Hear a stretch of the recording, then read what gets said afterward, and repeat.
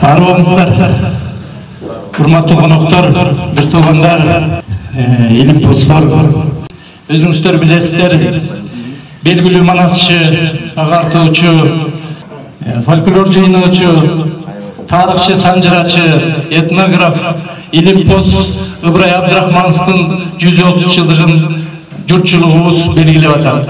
Мына ушул иш-чаранын негизинде коомчулук өздөрүнүн эмгектерин бүгүнкү күнү жарыялап келет. Мен бүгүн сиздерди бул жерге чогулткан себебим мына ушул кишини 130 жылдыгына карата дагы бир жолу эскерүү жана бул кишинин өмүр чыгармачылыгына байланыштуу чыккан эмгектер менен тааныштыруу жана бул киши жөнүндө сөз кылуу иретинде чогулуп отурабыз. Ыбырай Абдрахмановдун биринчи кезекте ушул манасчылык өнөрүн баалоо менен эң алгачкы кезекти ушул манасчы биздин чоң манасчыбыз бул жерде Нурдөөлөт келди эле, ушул кишиге манас менен ачып берсе. Сизге рахмат аба. Ыбырай атабыздын арбагын көптөр ошо аалагын айтып атты.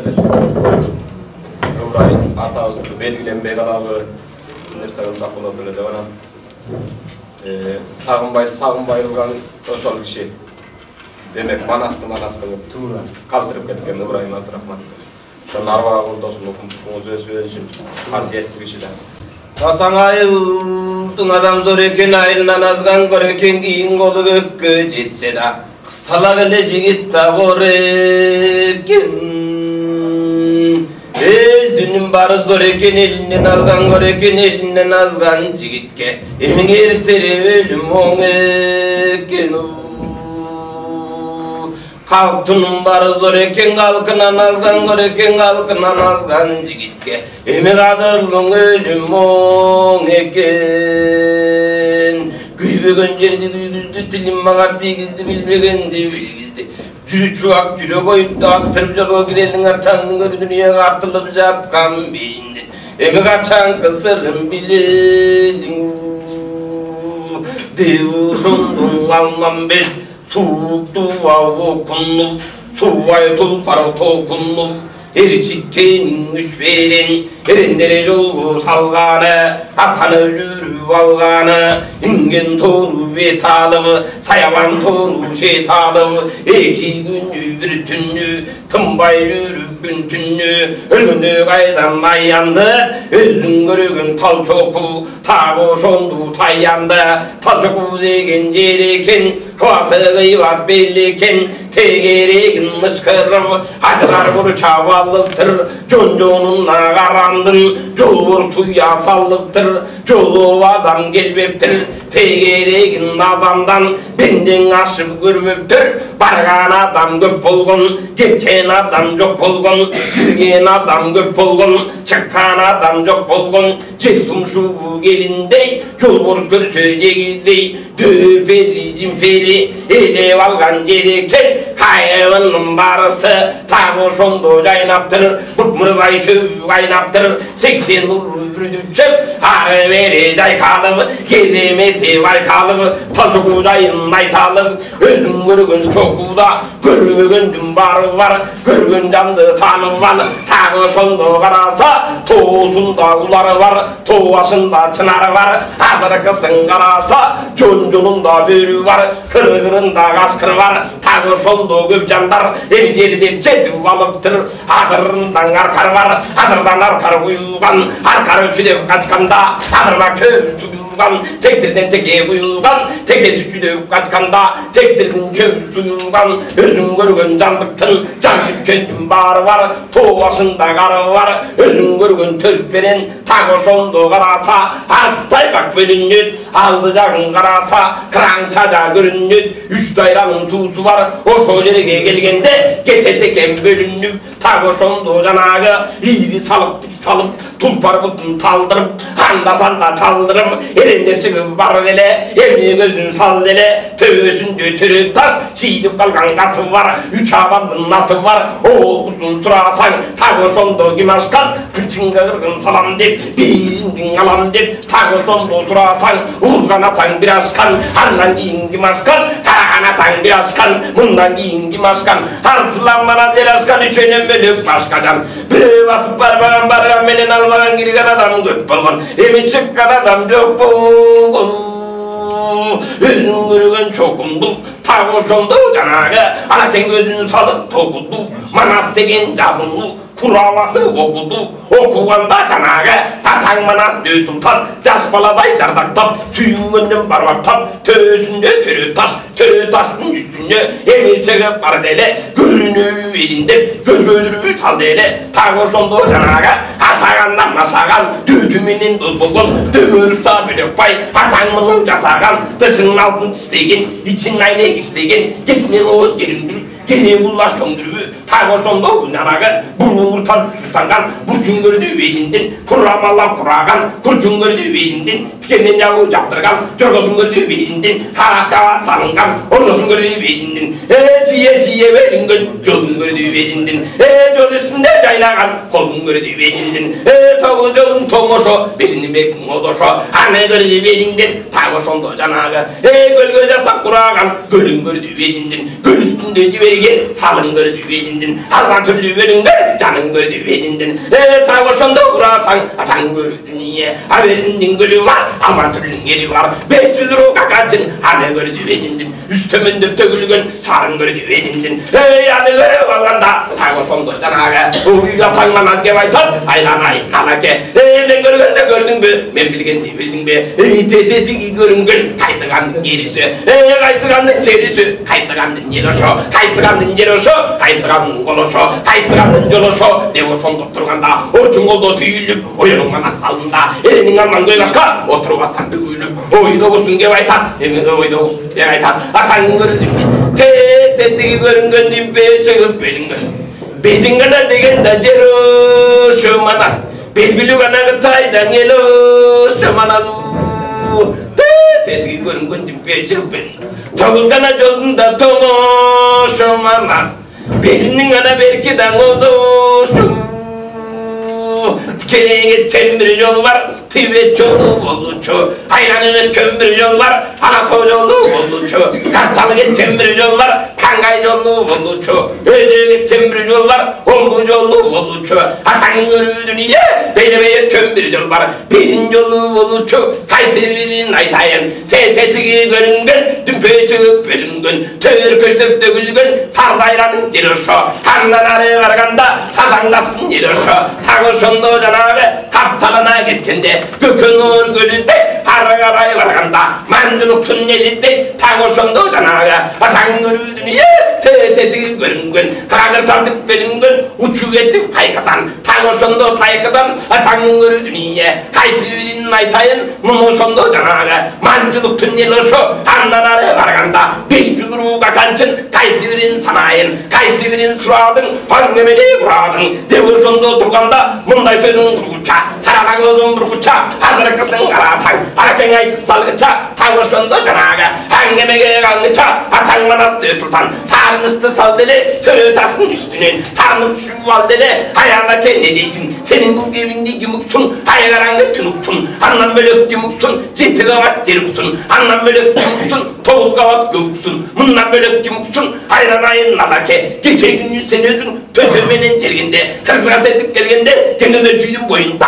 Asmaranın oyunda, Akılbe'nin aldırıp, Aytuyağın çaldırıp, Kargaçayın kurgancan, kızılganga maldırıp, beri gözde geçidip, aylanayın nalake, Asatayın cayındı, canan aytıp bekçidip, cid sapar suradım, cid sapar surasam, annemeni urasam, içetimden sükkönüp, giyip gelsem onbayın, izleri tanıvedin kakandı, bilip gelsem onbayın, devosyonda seni özün, aytay koydun derinde, bildirme koydun delinde, hanlararı varganda, gümüş taktın oyunda, ürvaralım boyunda, genç talasın özünde, annemeni uradım, benim andan geçidip, surdattan da kız salıp, koynundan kustalıp, noşondan gözünden, 8 sapar suradım, canan aytay koydun derinde, bildirme koydun derinde, hanlararı varganda, Samarkand'ın alganda, dışkın adam çıkarmay, içkin adam girgizmey, tağı berege, Samarkand'ın ellerin kamak durgan gezimde, koyda yığılıp kocosun, sabak durgan gezimde, ana tembeli gelçidip, hangemeli cayında, canan aytıp berçidip, toğuz sapara suradım, toğuz sapara surasam, hangemeli urasam, canan aytpe koydun derinde, bildirme koydun derinde, asan görüldüm ye, ara yolda çırbaştam, şu manas düğünü, açtık günü, yüzüne. Seteyim degene kesin emin manas sözünden. Keteyim degene kesin Komurbay'ın yüzüne. Satayım degene kesin çuvak bilen çırbaşıp. Aracılığın ırbaşıp tağışında berege. Kontörümün önünde katayım degene kesin. Diruşumda tukanda bunday gelin kurganda. Oşa gezden Almanya'nın ağırı ötütedi. Evi kaçak kadar tıkıçödüm. Akan doğru vay var. Karagada cangada vay var. Aytırmak kana buldum da comuktu. Irmı çok tarını var yoldan tırmasta. Emin aytırmak kana buldum da domuktu. Bezim bilsem ondan. Aytpaganımda için aytkanımda menin aytpaganımda için. Geçip al menen oğlum çaykagan. Aytıla durgan evinin aldın alap aykagan. Onu yaptım bak aykan. Bezim bilsen aytpa dep aytkanından aytpa dep ala kengegim alam dep. Men mezinge baram dep eltini aydap kırat dep. Oydogusun kılat dep atan dünyene akpaz benin aldırıp. Aytpiyaktı çaldırıp uvadanı verigen son. Bak aylıktan sıyladım atanın örün aytpayın dep. Uvadanı vek kılıp emin ataylıktan sıyladım. Ay barakay.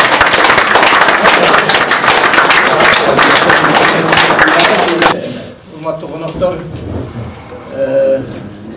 бул сиздер отурган окуу жай ушул австриялыктар тарабынан салынган SOS Герман Гмайнер окуу тарбия комплекси делинет. Азыр ушу сиздердин алдыңыздарга окуу жайдын директорун чакырып коеюн, Светлана Бакировна Кеңизбаева. Сиздерге Саламатсыздарбы, урматтуу коноктор. Бүгүнкү иш-чараны ушунчалык баарыбыздан толкунданып көрүп атабыз. Бул биздин мектеп, сиздер билесиздерби, балдар айылынын тарбиялоочулары үчүн салынган мектеп, бирок ошол балдар айылындагы жетим жанагы ата-энеси кароосуз калган балдарды деле ошо өздөрүнүн кайгысы менен кошо эле өздөрү койбостон ошо коомчулуктан дагы балдарды кошуп тарбияласак абдан жакшы ийгиликке жетет экенбиз деген ойдо ушу азыр биздин мектепте коомчулуктан дагы жана ошол биздин балдар айылынан дагы балдар 650 бала тарбияланат. Мына ошо 650 балага 40 мугалим тарбия берет. Мына ошолордун ичинде биздин эң сүйүктүү, эң сыймыктуу агайыбыз Нарымбек агай.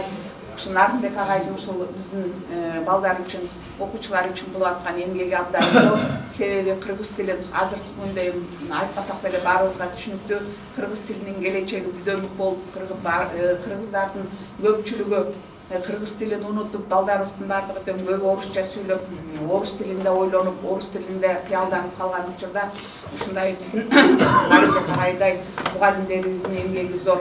Мен өзгөчө Нарымбек агайдын эмгегин белгилеп кетким келет. Дагы бир айта кете турган нерсе, азыр мектептерде өзүңүздөр билесиздер, эркектер калбай калган учур. Бардык мектептердин бардыгында тең эркек мугалимдер жок. Ал эми ошол эркек мугалим иштебеген мектептерди эми атасы жок өскөн үй бүлөгө салыштырам. Себеби эркек балдарга эркек адамдын, атанын, аганын, байкенин тарбиясын берген мектепте сөзсүз түрдө ушул балдар ийгиликтүү болот. Ошол үй бүлөдө дагы балдар сөзсүз түрдө ийгиликтүү болот. Нагай ушу биздин эркек балдарыбыз өзүңүздөр деле байкаңыздар, кирип атканда биздин балдарыбыз ушу тозуп алып, ушу сиздерди киргизип, ушу агайдын арбаңыздар деп үйрөткөн саламын менен сиздер менен учурашып аткан бул ушу биздин келечекте дагы эле болсо кыргыз жашап турганда Нарымбек агайдай агайлар, сиздерге окшогон агайларыбыз, эжелерибиз турганда биз ошо кыргыздар жоголбойт деген терең ишеничтебиз. Агайдын дагы бир ат көтөргүс эмгеги ушул өзүнүн айылдашы, өзүнүн жердешинин, ушу жердешинин кылган эмгегин ушу элге жайылтып, мамлекет жактан дагы мындай солгун мамиле болгондо дагы агай ушу эч кимди күтпөй эле ушул өзүнүн жердешинин эмгегин изилдеп ушуну коомчулукка мындай талкууга коюп атат. Ошондой эле өзүнүн жерине барып агай өзүнүн бир туугандары, өзүнүн бала бакырасы менен, жора жолдоштору менен көтөрүп ушул иш-чаранын дагы 130 жылдыгын агай белгилеп келди да. Ошон үчүн агайга ушу негизи чоң ыраазычылык билдиришибиз керек агай сизге. Ошон агайга чоң ыраазычылык билдирибиз келет. Анан агай дагы ушу биздин мектепти тыштабай ушу биздин чындыгын айтканда шаардык балдар келип бизде көбүнчө 1-класска орус тилдүү балдар келет. Ата-энеси кыргыз, бирок балдары орус дегендейчи. Анан ошол эки балдарга ошо кыргыздын нукура каада салтын, кыргыздын таза тилин, кыргыздын дегиле болгон ошо кыргыз деген идеяны, ошо кыргыз деген өзүнүн улутун унутпай ушундай тарбияны берип келаткан ошо агайга дагы бир терең ыраазычылык, агайга эми агай дагы жашсыз, дагы да иштериңиз алдыда, дагы иштей бериңиз. Биздин агайлар көп болсун, мектепти таштабаңыз. Ушул эки биздин балдарга ушундай өзүңүздүн ушундай эр-жигиттик милдетиңизди аткарып, биздин балдардын атанын ордуна ата болуп, байкенин ордуна байке, аганын ордуна ага болуп жүрө бериңиз. Сиз менен биз сыймыктанабыз, ишиңизге дагы ийгилик. Эми бул жерде бул кишинин ким экендиги жөнүндө кичине маалымат берүү иретинде кичине слайд даярдалды эле, ошо менен таанышып койсоңуздар. Азыркы сөздү ушул багытта Көлбаева Мээрим Курманбековага берсек, Кыргыз Улуттук илимдер академиясынын Манас фольклор жана акындар чыгармачылыгы бөлүмүнүн башчысы, филология илимдеринин доктору.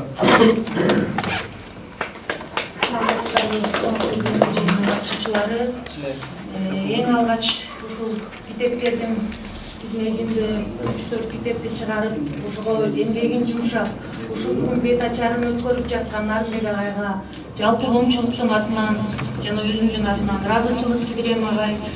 Ишиңиз илгерилей берсин, Манаска болгон кыргыздын элдик өзөк чыгармачылыгына болгон ишиңиздин ийгилиги мындан ары да арта берсин, анын үчүн өзүңүздө ден соолук, бакубатчылык болсун деген терең каалоону айткым келип турат.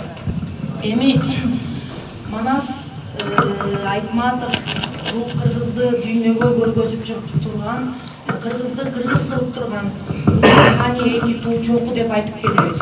Ошонун бири Манас болсо, экинчиси Айтматов.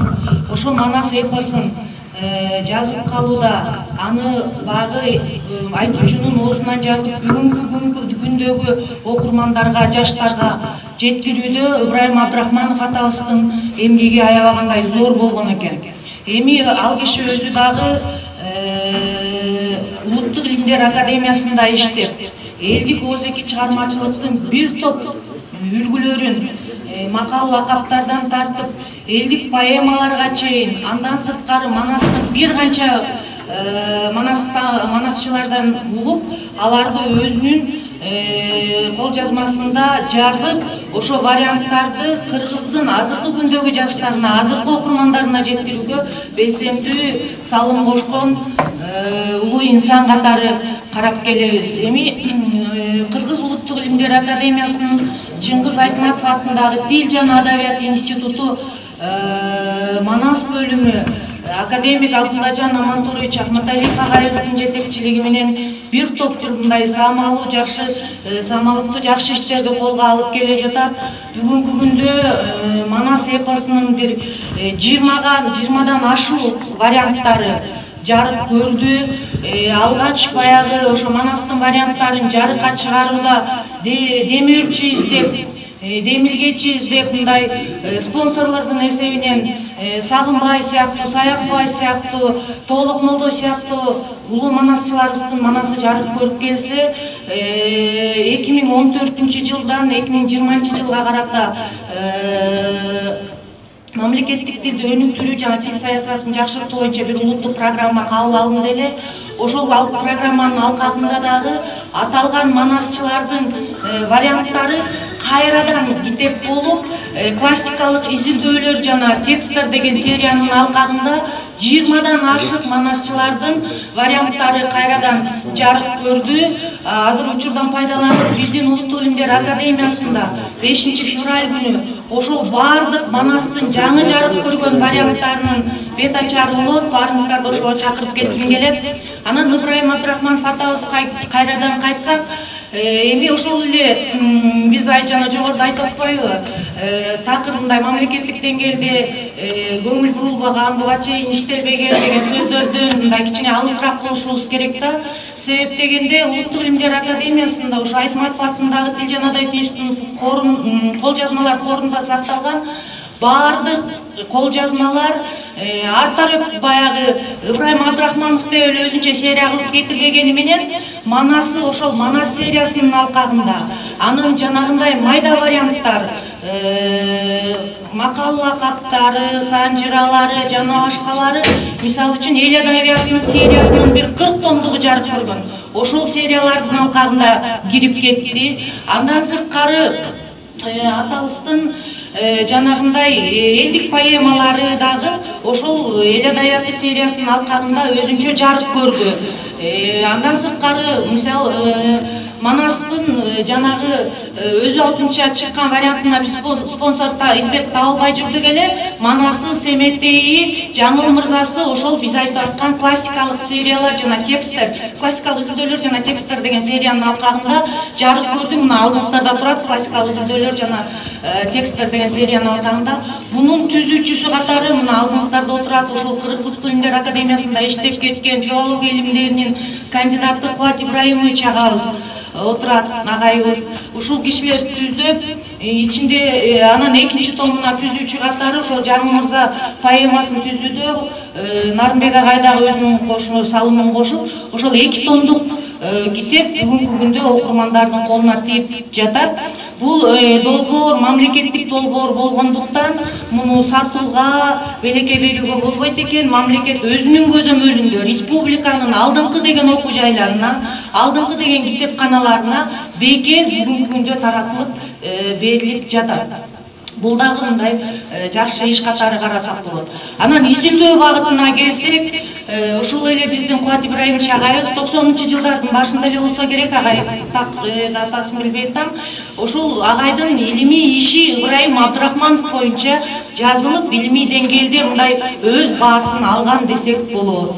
Эми ушул ишти уюштуруп аткан ушул мектептин жетекчилигине, ошону колдоп келген жалпы коомчулукка, анан ушул иштин башында турган Нарымбек агайыбызга аябагандай чоң ыраазычылык айтабыз. Адабият багытында элдик өзөк чыгармаларды элге жеткирүү багытында иштериңиздер арбый берсин. Бардыгыңыздарга аманчылык каалайбыз. Дайыма ушундай Кыргыздын дөөлөттөрүн көтөргөн, дөөлөттөрүн даңазалаган жакшы бир жыйындарда жүз көрүшүп жүрөлү. Бар болуңуздар.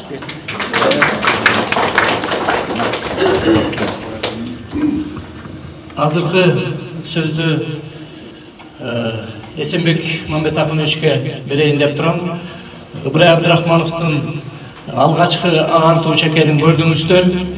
Биринчилерден болуп ушул кат сабастыкты жоюудагы эмгектенген адамдар. Мына бүгүнкү күнү педагогика жаатында Эсенбек Мамбетахунович бул багытында чоң эмгектерди жасап атат.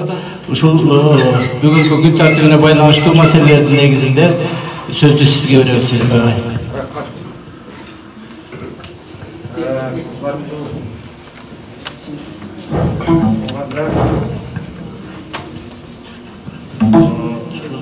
Mekteптин жетекчилери, мектептин окуучулары коллективине чоң ыраазычылык билдиребиз. Мындай иштарга уюштурганга, уюштуруп атканга. Анан эми Ибраим Абдрахманов жөнүндө көп айтса болот.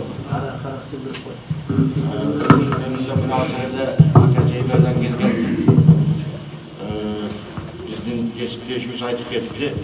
Чындыгында Абдрахманов жөнүндө эч нерсе айтылган жок, эч нерсе болгон жок десеңиз, балким бир жагынан туурадыр, бирок артып айтууга негизи жок деп эсептеймин да.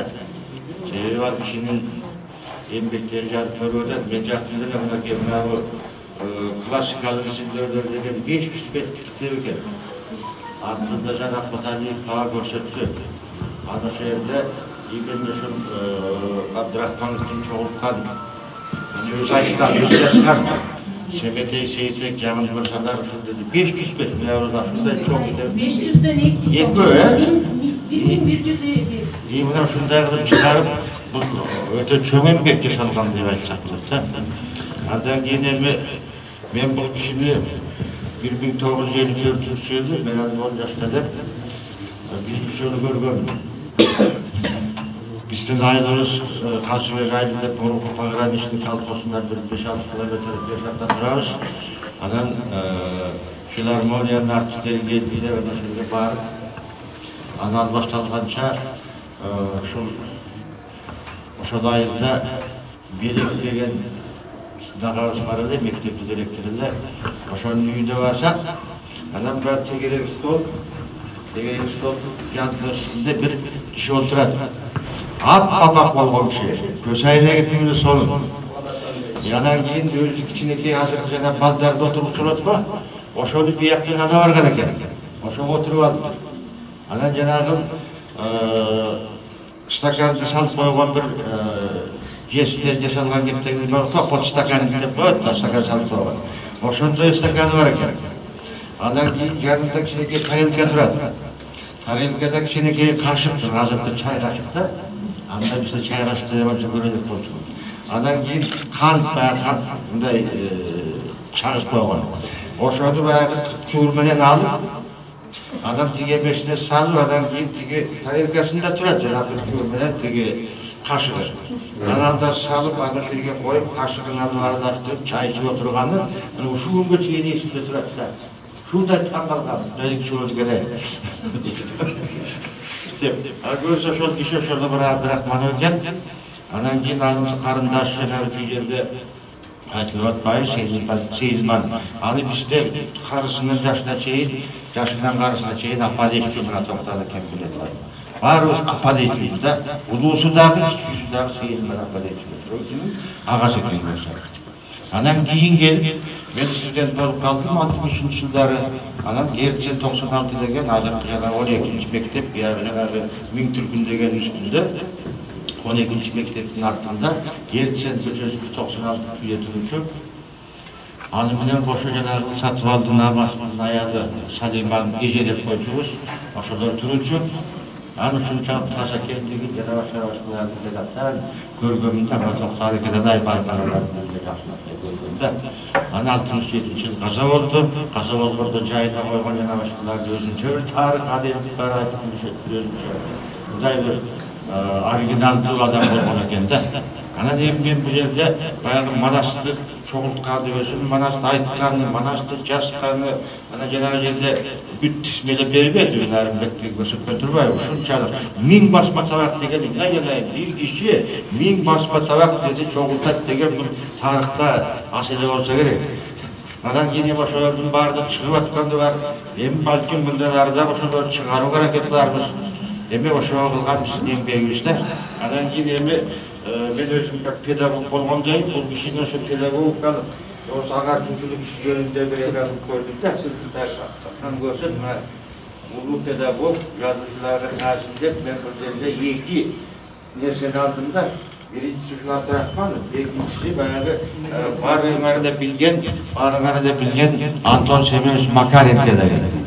Makarevka'nı bilmegen kişi yok olsa gerek.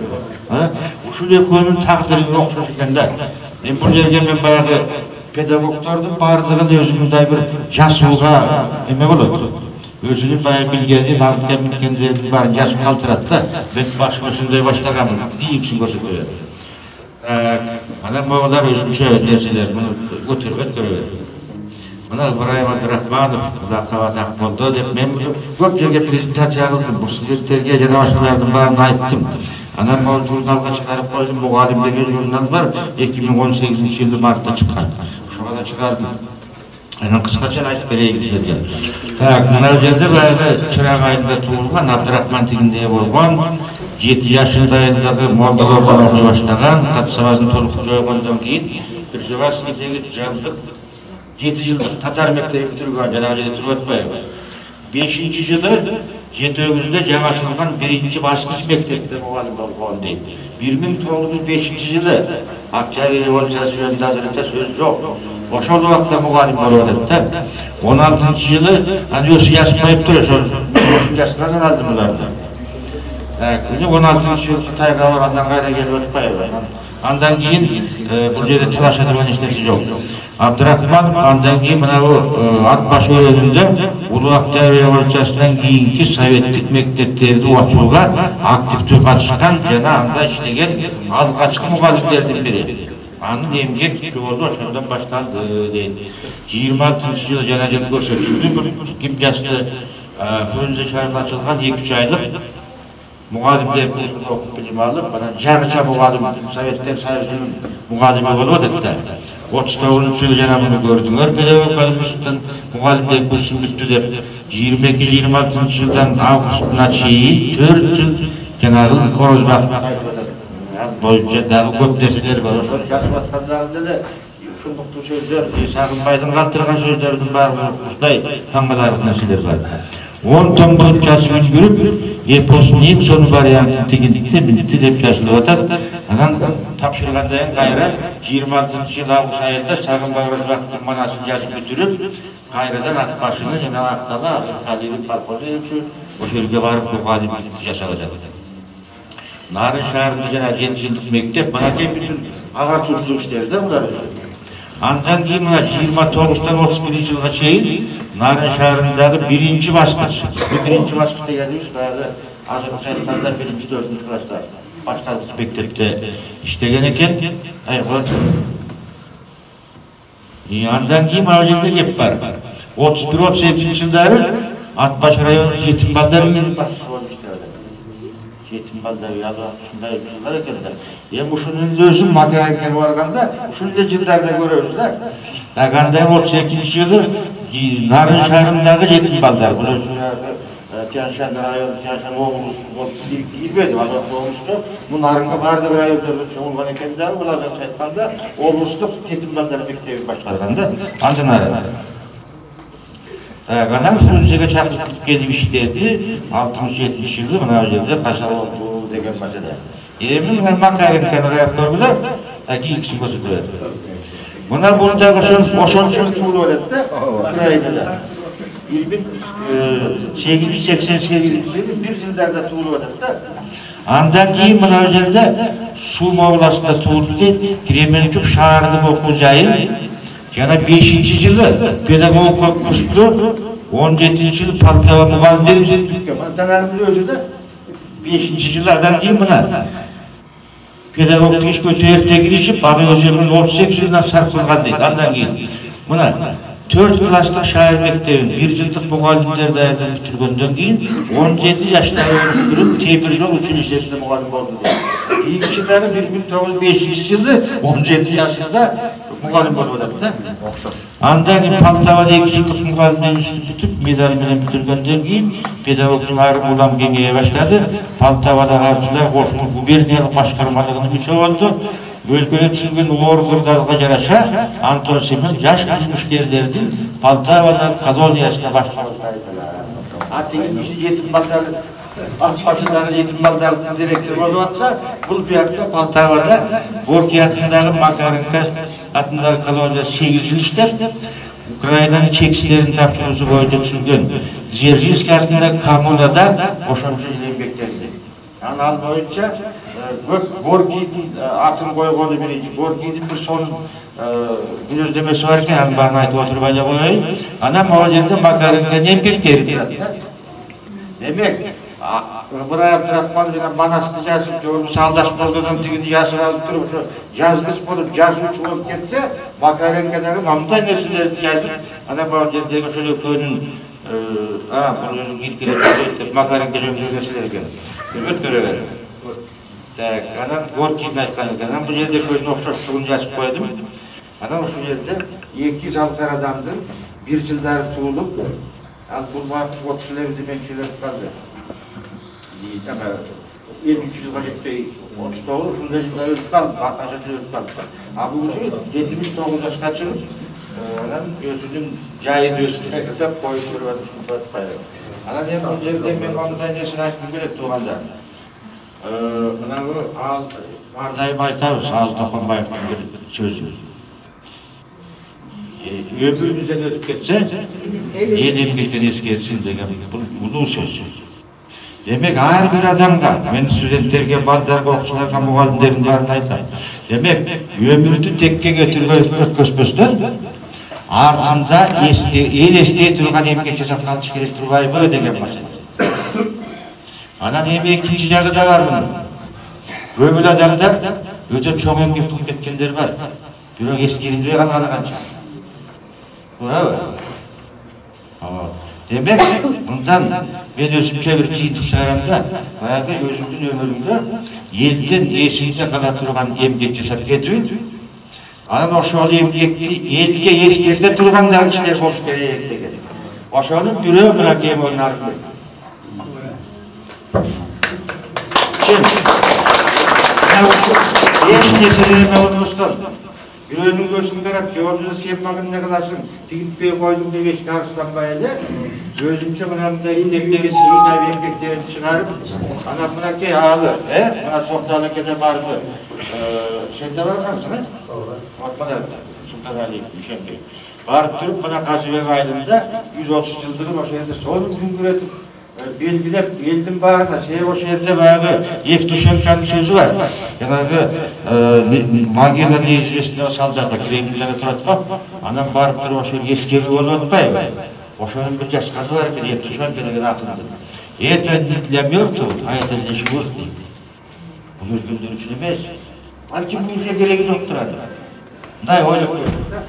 Bu biz için. O şehirdeki balları kayıp geldik bari be. Buna komşuday, bunlar çok hatası oldu. Tuğga olur, yap. O şehirden balları kayıp, yerleri kayıp, o şehirlerin bari bir şunday turgayı var. Buna bu Narınbek o şehirlerin kumdan turgayı var. Belek, yana şehir kanap bir gönderip bizim bağırdığımız turgan turgayı var. Biz şunday kişi durpa turgayı var. Bir yerinde, sol ünlerse kaldı. Demek buna ki, sağa çok rahmat. Narınbek. Şu kişinin narbağı oldusun. Endi tilegi sağa kavuz olsun bari. Ana şu yerden ben hazır oyuma bir nerse düştü. O yerde sulay balığı ısmayıp geldi. Ana ben bunday dep atam. Narınbek sana direktör aytmadım. Sen yaşanesek dep aytты. İçinde de yaşadı. Sebebi buna bu yaşagan emgeklerin talağını kalbaş gerek de. Buna Sulayman, ben suransam yedekçi olduğuna makul de olur. Buna bu Gıbray Abdurrahmanov'tun, buna bu talim tarbiyadagi rolü yönünde bir kişileri tercih sana oldu.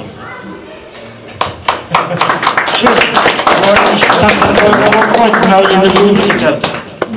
Oşanın pedagogluk kesi, makarın kemine çalıştırırken baştan koydum. O da şöyle köyde ittirip durup, adan yine manastır çoğuluk kaldı, önem makallar ya da başkalarının hazır kollarında bir bunun vardı, salağa kalmak yok. Şunu bir ilmi iş kaynattılar. Ben buna geldiğim gözümde sizlerden birinciden sırada mı, ikinciden talak kılar mı? Adımız çoğuluk kasaydı.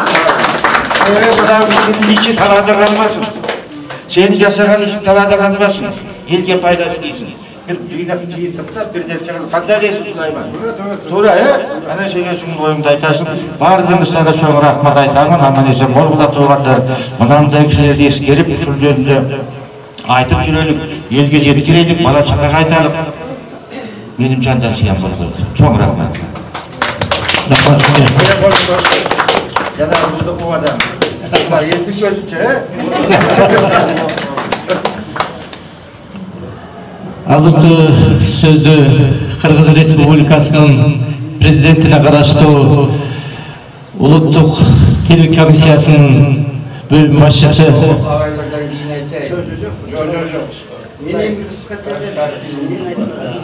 siz ruhsat verip atsanız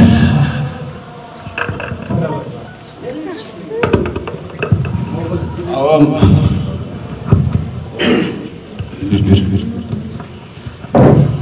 Avam içinde Narınbek'in emgegi eskerilse de İşte giygen soda Narınbek'teki buyursa eskeriledi. Narınbek'teki bağırsa aldı da Kımayınlar degen geçirip koyamız. Yıkıldı bakırına. Siz yakşı ettiniz. Kımayınlar degen kişi de ya, adam. Ben bu Kırgız Kımayınlar oluyordu.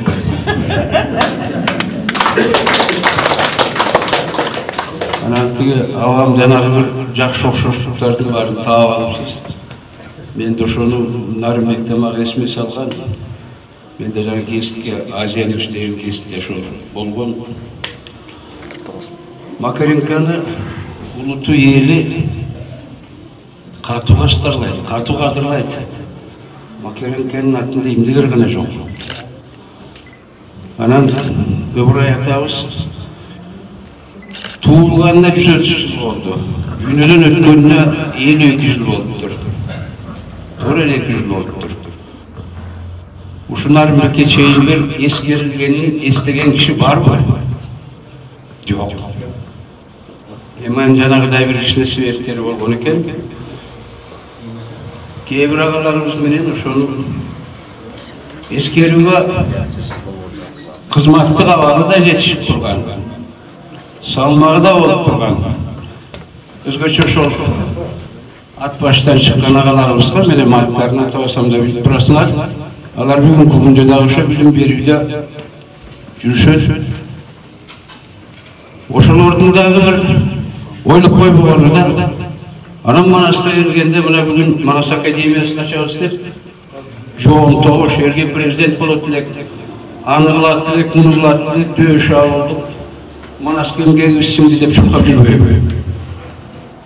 Абырок Манасты иліктеп, Манасты орнына қойып жүрген адамдардың емгекті ең көп сіңірген кіші ушыл екен. Сағынбай Оразбақты Manasçılardan törösülüğe atayız. İlimde düşündüğü aydılar. Bu işin tekstini okuyanlar var düşündük bilen. Ben bu Manas'ta yakında kalgan, ben 8. yılda bu kitaplar çıkıp kalgan. Oşonda ben tamga tanıp kalgan. Atam oşol Manas'tan başlayıp yürüyüp şu Manas'ta yakın olup kalganmış oldu. Jaman bu andımda şu Sağınbay Orazbaqtın 150 yıldır geldi. Manas öte sıktırdı düğüneler. Manas'tı Cenab-ı Kuday'a salıştırıp aytkanlar tuğraydı. Kuday'dın var ekenine de жоқ ekenine dağı hiç kim keyifli olmaydı. Manas'ın atımenen düşünday nerse baylaşkar. Anan şu Sağınbay'dın Cenab-ı emgegi bulbulusu kalbaytmaydı. Anan evler geçik bulsa da bugün Cenab-ı Merim ayttım o. 52 yıldan keyin şu kişinin özünün manası çıkmadı. Nabukem şu kişinin aklında birden bir ilikte жасалmış eken bu kişinin kitabın ağır bir varağını şaşpay okup iliktep karap gördüm. Bu kişiye oşoğu tatıp iş kaldırıp etken kişi eken. Anam Narımbek'te ayttı. Narındıklar, Kırgızlar, şu kişinin hakkında okuca emez, mektep жоқ eкен, mektep emez, balabakça жоқ eкен бүгүнкү күндө. Бүгүнкү күндө. Narınga barganda, Atbaşıga barganda kep kıldık şulardı. Şunu esime düştü. Emi Narındağı birden bir okujayın Namatov dedik, ağa olsa da жақсы шыққан киши экен, эмгеги чоң болуп. Бирок аны жетелеп жүрүп, адам кылган, билимди берген аралаштырып ушу киши болуп атпайбы? Анан 130 жылдык болгонду ойлодум. Сагынбай Оразбактын 150 жылдык болуп атса. Сагынбай кылган ататалып жок болуп кеткендер көп болгон да. Акылбек, Тыныбек тигилер булар. Ушул сөкөнү куда келип атса деп анан муну кандай кылып чечемде өзүмчө ойлоп отуруп анан ак үйдө ушул жагын тейлеген Мира Аскеровна Карыбаева деген кишиге бардым. Барсам, башына кеп жакшы сүйлөштү анан айтты, айке. Сиз эми өзүңүз иштеген жерден тил комиссиясына бир жакшы ат бериңиз. Ал кишиге абдан көп нерсе сценарий айттым. Bir kişinin dokumentarını kine tartar. Uşu kişinin Sağınbay'dan kançı uğra tartar. Eğerçip жазғанын, Taşkent'e varğanın bir kişinin dokumentarını çağıldıralım. Hayır mı? Uşu kızıp bulmaydı bile. İki yıl ilgili tertip. Olman gelgen uşu uğru attı. Anan Narımbek'ten başka o kişinin kaysı mektepte, kaysı okuyaydı kaysı yerde belirlendi. Bu açayın belirlendi. Oşondan ulamdan bunu menen Buna mektep sıymaqtanların özünüz yaxşı aytып koydunuz mu? Men Narınbek'te bu çeyin kişine sırtından bilişimim. Kırgız hükümetinin verin yaptı. 130 yıllık tepkili toplam çıkarıp koymandan gibi. Ne faydası var mı? Eğer de bir ilmi konferans ötkürülmesi var. Bu kişinin kaldırıp koygan murasları söz bulması var. Oşonu tikeden tikat karatırılan madaniyatın istirine verin yaptı. İlimde uşunun ömür boyu çoğultup koygan emgek turgan ilimler akademiyasına verin yaptı. Kıyır türde bizim til komisyasında verin yaptı. Atpaşağa varım. Ana nazır kim? Bu atıvamıştı salamatlığı oydan şu oralan yok bile dayıt otam. Oğlustan kişi geldi bir değil. Geldir bir aparattan bir kızlardı day. Mayda var. Avabustun gubernatörden ben elim mendil etti degen bir ünü Nazire ağzımızı tartıp barganda özüne ayttam. Bu yılkı çoğun okuya uşu olgan turat. Başını keptim bulgan. Anday mani verilgen жоғынан emni Sağınbaydığın bolsa UNESCO'ya yılır alıp. Öte çoğun dengen, çoğun söz. O şehirde kattadı, Sağınbaydığın yolculuğu olamadı. Bu da böyle varatlarında görüngen jerge yazdı. Ödep, tiyaka verip koştu. 6 milyon akçan cevaptır. Al oldu degen söz oldu. Şurkayıp жүрген жаңағы жиен nevresi kalısıp gibi de geldi. 4 yerden altın görüşüp, ki Albayke ötüptür. Bak ayaktan ötüptür. Kaçan ötüptür? Bayağı akademiyada Ahmet Aliyev ötkürgen çok rüştü var. Jevrey Postoz'un jiyini depti, Tuğrul Erkök boğanda bir jiyin var. Öyle mi? Yılaralık dengeyinde folklorcuları çakırıp, başkaları çakırıp şunda üç kere geldi. Koşkozda oşondan keyin Atambayıp bergen 5 milyon bu işine Gümbözün oğlu eken, ana nazirde oşonu ötkürdü. İçine kuyup ketkenden aytasın. Şunday sözler çıkıp ketip öten, eşidim sorayım. Geçiyor burada günü, bir 9 kil çıkar, kalın buluşun çalıp, köp kitep sırtında yazısı yok. Bizden mekemeye, bizden balda satıp aldık, Sağınbaydı. Akademiyalık binarda saat sürüyordu. Bazı sorasam 6 mı sonuç geldi. Bizge kişinin arzanlar aktif verdik, 2 kişi alıyor. Sağınbaydaki manası satılıp atkanına kayra çıkkanda kançerli oldu. Al memleket Sağınbaydan şay koşuluk kıldı, ötkürdü. Ama şu satıp ötü ötü. Ötkürüp koyulduğun için yok oldu.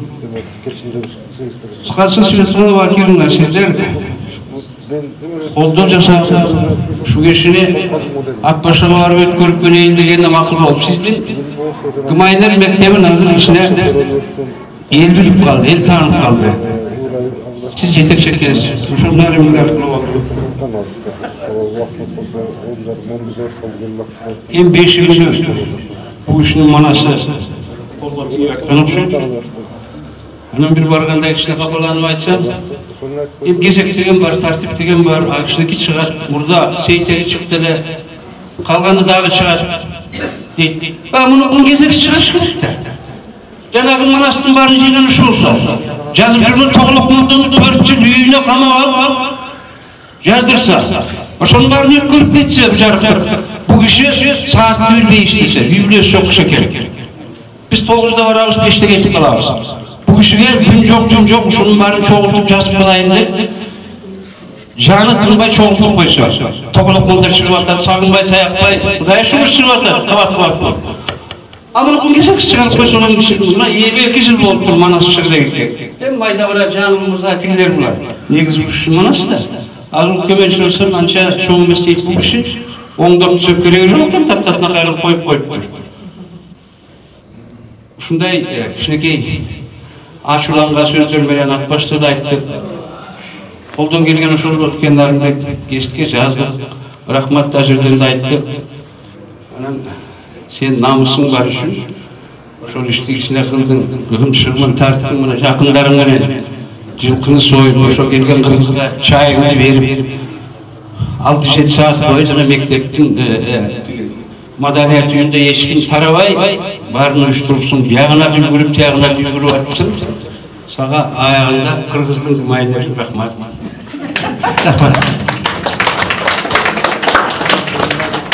Endi hazır bu işi yaxşı söyledi. Hazır sizlerden içine gömülmüşler taşıyor için bizim bir okçulardan bir komutçular topu var ile şu gezekleri koysak. Урматтуу Нарымбек агай, биздин окуучулар сизге ушундай чыгармачылык илгили иштеп анан ушул кичинекей сизге тартуулайбыз. Көп ушундай жакшы нерселерди жарата бериңиз. Сизге ийгилик өмүрүңүздү бактыларыңыз.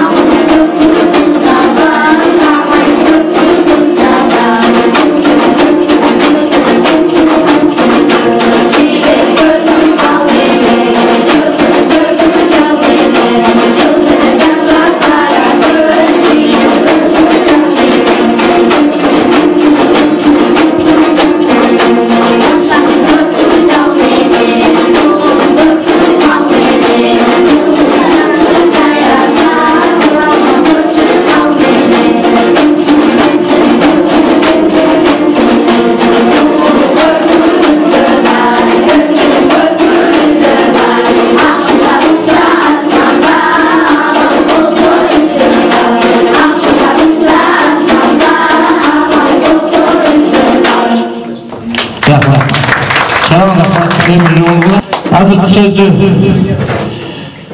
Toktaloğlu aka, sizge verelim dep turabız, uşul Uğray atabыздын bir tuğandары, mına ineleri. Mınaka, mana aslında bizim bir tuğanlarımız söylep, jakşı işlerini aytıp atatı, çoğunluğuyla, jakşı dağı söyleyip, esekem benim bıratım aytты көп nerse. Endi deymiz, biz çağa, tol bu çağada şu tuğanların adından çoğun rahmat aytабыз. Uşu kişinin arbağını bozkup, uşu kişinin atını çıkarıp, şu çurkap yürüyorsun Tınbay. Özgünlüğün diyorsun, gezip yürüyorsun. Seni dinleyi mınday bol degen bir kişi de yok. Barı sılagat böyle bilmeksen bunu böyle geldi böyle çayın içip etin yiyip koyup gideriz. Narım gibi mutlu da böyle. Başka olursan koku da gelgen gelir. Annen ömrün uzun olsun. Şu işlerin bir iyiliği olsun. Sana Esenbek aytkanday dagы usактыр. Мына байкелери менен жакшы менен өсүбүздүн бир туугандарыбыз, жакшы адамдар бар, билимдүү, илимдүү, турмушту түшүнгөн. Сонун эжекебиз бар экен директору. Просто bu kişinin yürümünü mağa yeşilip çay verirdi үйдөн. Жакшылык отуруп таанышып. Анан эми ошо иштериңе ийгилик каалайм, садака берейин. Өмүрүң узун болсун, ошо атаңдын арбагы колдоп жүрсүн. Биз сага элбиз, көлөкбүз, таякбыз ар дайым. Сен үчүнбүз. Амин. Рахмат. Эми мен жана слайдта дагы маалымат берүүгө аракет кылдым. Бул кишинин эмгегин баалоодо, бул кишинин эмгектерин чыгарууда кичине чабалдык кылып келебиз. Бул киши өзү 1967-жылы апрелде дүйнөдөн кайткан. Мына өзү басмага даярдап койгон экен Жаңыл мырза деген поэмасын. Өзүнүн көз өткөндөн кийин чыгып калды да. Анан Манас Минге карата 94-жылы Сейтек эпосу бул кишинин вариантында чыкты. Анан бул кишинин чыгармачылыгын изилдеген биздин агабыз, менин агайым Куттугалы Ибраимов агайыбыз бул жерде отурат. Мына бул кишинин эмгеги аябагандай зор. Баягы таранчы сойсо дагы касапчы сойсун дейт. Бул кишиге азыр мен эң негизги жеринде ошо кишиге сөз берейин деп атам. Бул кишинин маалыматы көп, бирок тиешелүү жерлерин айтат. Дагы жаңылык катары айта турган нерсе жана айтылбады. Мына бул жерде китептерди көрүп атасыздар эми. Анан ушулардын ичинде мына атайын көрсөтүп койдум, могу жерде классикалык изилдөөлөр деген. Мына могул китеп. Ушундан 2 китеп чыкты. Манас Семетей Сейтек эпосу, анан макал лакаптары. Мына ушу киши Куттугалы агайыбыз түздөн түз ошол иштеп ушуну алып чыгууда эмгеги зор. Мына бүгүнкү күнү жарык көрдү. Жакында мына бул китептердин презентациясын дагы Улуттук Илимдер Академиясы өткөргөн турат. Мына Куттугалы агайга кошулуп бул китепке мен дагы түзүүчү болуп кирип калдым. Ошон үчүн азыркы сөздү Куттугалы агай сизге берем.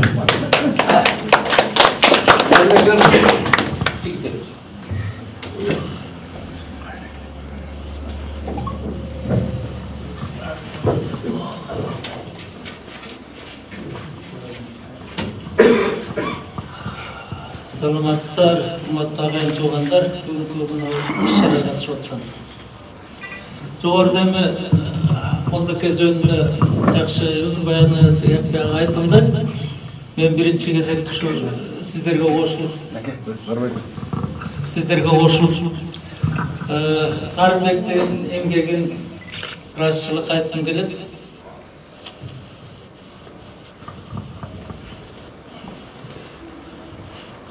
Азыркы заманда колунда бар, кичине байлыгы бар адамдар бардыгы ишти аткарып атат. Молдокенин артында эгер укум тукуму уулдары, кыздары калса, башкача болормун деп ойлоп коем. Ошентсе дагы жакшы жердин тукуму, бул ишин теги мыкты экен, мынакей чоң атасы үчүн жакшы иш кылып койду. Эч кимди карабай Куран окуту деп айталы. 130 жылдыгына. Эми бүгүн могу китептерин аракет кылып чыгарып презентация бетачар өткөрүп атат. Өмүрү узун болсун, арбагырасы болсун, Молдокенин куру эмес экенди артында. Эми дагы кичине өкүнүчтүү жактар болуп атат. Майда чүйдө болсо дагы Нарымбек менен кийинчерээк байланышып калды. Мына китептерге менде көп сүрөттөр бар эле да. Ушул кошулуп калса жакшы болмок экен. Айрымдарын көрсөтүп коеюн деп атам сиздерге. Эми дагы үмүт болсо дагы бир унутуп калып электи айтып коеюн. Бул кишинин чыгып элек Жаңыл мырзадан башка, Манас Семетей Сейтегинен башка сонун кол жазмалары бар, Кыргыздын тарыхына байланыштуу. Казак кайын кыргыз сар кирген деген бөлүмдүү чыгармасы бар. Сарбагыш менен бугунун салгылашканы жөнүндө бар. Кенен сары Орузбайлар бар. Кыргыз мүлк бадаты, кыз берүү, кула күтүү, өлүк узатуу дегендей укмуш нерселер жатат. Көп кол жазмаларынын жалпы көлөмү элестетип койгула 1000 басма табакка жакын. Азыр академияда чоң бир казына жатат. ошол казына кагаздар жазылган. Тетиги Совет бийлигинин башынан бери андан мурдакы канча кол жазмалар чыгат. Ошого бул кишинин ручкасы колго тийбеген бир барак табыш кыйын. Баарын оңдоп түзөп жазып чыккан киши. Манаста айрыкча. Сагынбайды жазды дейбиз. Сагынбай эмес, Саякбайды да бул киши жазган. Залкар манасчылар баарын ушуга жазган. Өзүнүн колу жетпей баратса бала акырасында жумшаган. Жаздырган Белек абай башкырчы. Анан эми дагы тилекте бул кишинин чоң мына бир тууган жыйыны сатып алды, абаны ырымат мына өтүп кетти жана репрессияны кесип кетти. Бул кишидей зор эмгек жасап кеткен киши болуптур. Аз убакыттын ичинде Алматыга ичти барып окутуп жыйыны. Анан биринчи интеллигент, биринчи окумуштуу чыккан, Петиста сабак берген. Бул киши да жанагы 37 жылдын касабынан кетти. Мен ошол бул кишиден эми дагы бир нерсени айта кетейин. Академияга жаңы барып орношуп иштей баштаганда илимий ишкиктин темасын тандап алайын деп аракет кылсам, айтыш керек, Абдыкадыр агай жакшы билесиздер, директор эле. Тема алайын, тиги мында деп бир топ тема жазып барсам, ай сен барын кое туруп, могу жерде Ыбрайым деген киши бар, ушунун материалдарын алып туруп, ошону жаз деди да. Анан мен анда кол жазма материалы көп тааныш эле келем, анан чукулап жакпай карасам, эң эле материал көп, анан ошол жака макул болуп кирип кеткен. Анан 87-жылы мына быйыл 30 жылдан ашып кетиптир. Ал эмгек жазылган. Анда өзүмдүн алыма жараша туура түшүндүм. Азыр жазсам башкача болду экен. Ошол кездеги мүмкүнчүлүгүмө жараша жазып, анан Алматыдан жактап келгем. Анан көп материал издедим. Үмүт эженин үйүнө бардым. Агышын азыр кайда билбейм, өтүп кетти тирүүбү. Анан кийин агышын үйүнө барып, сүрөттөрү, тиги эмне билесиз, тиги десем, көп нерсе айтып алган жок, бирок сүрөттөрдүн айрымдарын үйдө болгонун берген. Ошол айрым сүрөттөр, бул кээ бирөө мынакей, мына мындай суусар тебетте кийип турган сүрөтү бар. Могу китептерге кирсе жакшы болот болчу да булар, Мына мында мисалы үчүн отурат Шукурбек Пешинали, Байдында Маленов деген адаятчы, ортосунда Молдок отурат. Момда курорттогу сүрөт экен. Мына жерде мына кайсы бир небереси окшойт. Бала менен отурат. Мына бул туугандарбы деп ойлойм, ошол жерде бар экен. Мүмкүн тааныйсыздарбы мынакей. Мына жерде Сагынбайдын оригинал сүрөтү. Бул 25-жылы тартылган. Менде жүрөт. Мына бул Сагынбайдын сүрөтү жок көп жерде. Мынакей жанында Ыбрай Тойчулов отурат. Ыбрай Тойчулов деген тиги кызматкер. Бир манасчымын отурат мына. Шаба. Мына жерде дагы мынакей көзөйнүктөн сүрөтү. О жерде дагы сүрөт, анан дагы сүрөтү бар. Тиги Рукаш Мамиталип Бүбүк Керимжанова болуп түшкөн сүрөттөр. Ушулар китепке кирип калса жакшы болот эле. Анан дагы унутелектен Нарымбек мен даптар кылып түзүп койгон, сен бул жерде тизмесин бербедиңби? Жазган чыгармаларыңды. Менде ошол илимде бар, научное описание деп коет. Кол жазмаларынын тизмеси толук бойдон даяр машинкага басылган турат, акча жок чыкпай турат. Ошону чыгарып койсоң, ал ошол киши эмне материал болсо ошол жерде түптөлгөн, переплет жасап койгон турат да. Ушундай. Анан эми Манаста кантип жасап алгандан кичине бир эки сөз айтып коеюн. Бул кишини жанагы мектепте жүрүп, теттик революцияга чейин мугалим болуп жүрсө, балдарга жакын. Манасты жаз десе, тил албаптыр. Дегенде, балдарымы кайда жиберем, кайда барам. Анан НКВД милиция менен айдатып келген. Кай Мифтах дегенди кошкон. Нарында Чаки Каптагаев деген да бир мугалим бар экен. Өкөшүн айдап келип, Нарындын жайлоосуна Сагынбайга кошуп берип, андан кызык окуялар, анан Манаста айттырып угушуп канча күн. Анан кийин элестеткеле азыркыдай шарт жок да. Малдашырып отуруп, тизесине патносту коюп, ошонун баарын сүрөттөр жасат. Анан Кай Мифтах деген башкарар 3 бет жазып токтоп калыптыр. Калганынан 4 жыл ээрчип жүрүп, элестеткиле 4 жыл, 4 саат, 4 күн эмес да. Ээрчип жүрүп жанагындай шартта, кыйын шарттарда жазган. Атбаштылыктар жакшы билет. Бир 4 басма чыккан атбаштар. Сүйүндүк Турсун Абдылда Кулчун деген. Ошол Абдылдага табыштап жергиликтүү өкмөт Манасчы менен Ыбрайды багасын деп. Анан Аксай арпа жайлоолорунда боз үйдө көчүп жүрүп, аларга өзүнчө боз үй тигип берип, анан ошондой көп жерде кыдырып азап менен жазылган. Дагы бир окуясын айтып коеюн. Адем ишти баштаганда бул жерде педагогдор отурат. 19-жылы Алматыда мугалимдердин биринчи съезди болуптур. Ошондо 3 тапшырма койгон. Алдына, өкмөттүн алдына. Алфавитиңерди түзгүлө. 19-жыл болуп атпайбы? кыргызча китеп чыгаргыла, эмне окутасыңар. Анан кийин эл адабиятын жыйнагыла. Китепке бирдеке бериш керек да, адабият жок агес, тештеге жок. Анан ушул 3 тапшырма анан Ташкенттеги илим комиссиясы Эшенел Арабаев тыныстаныптыр.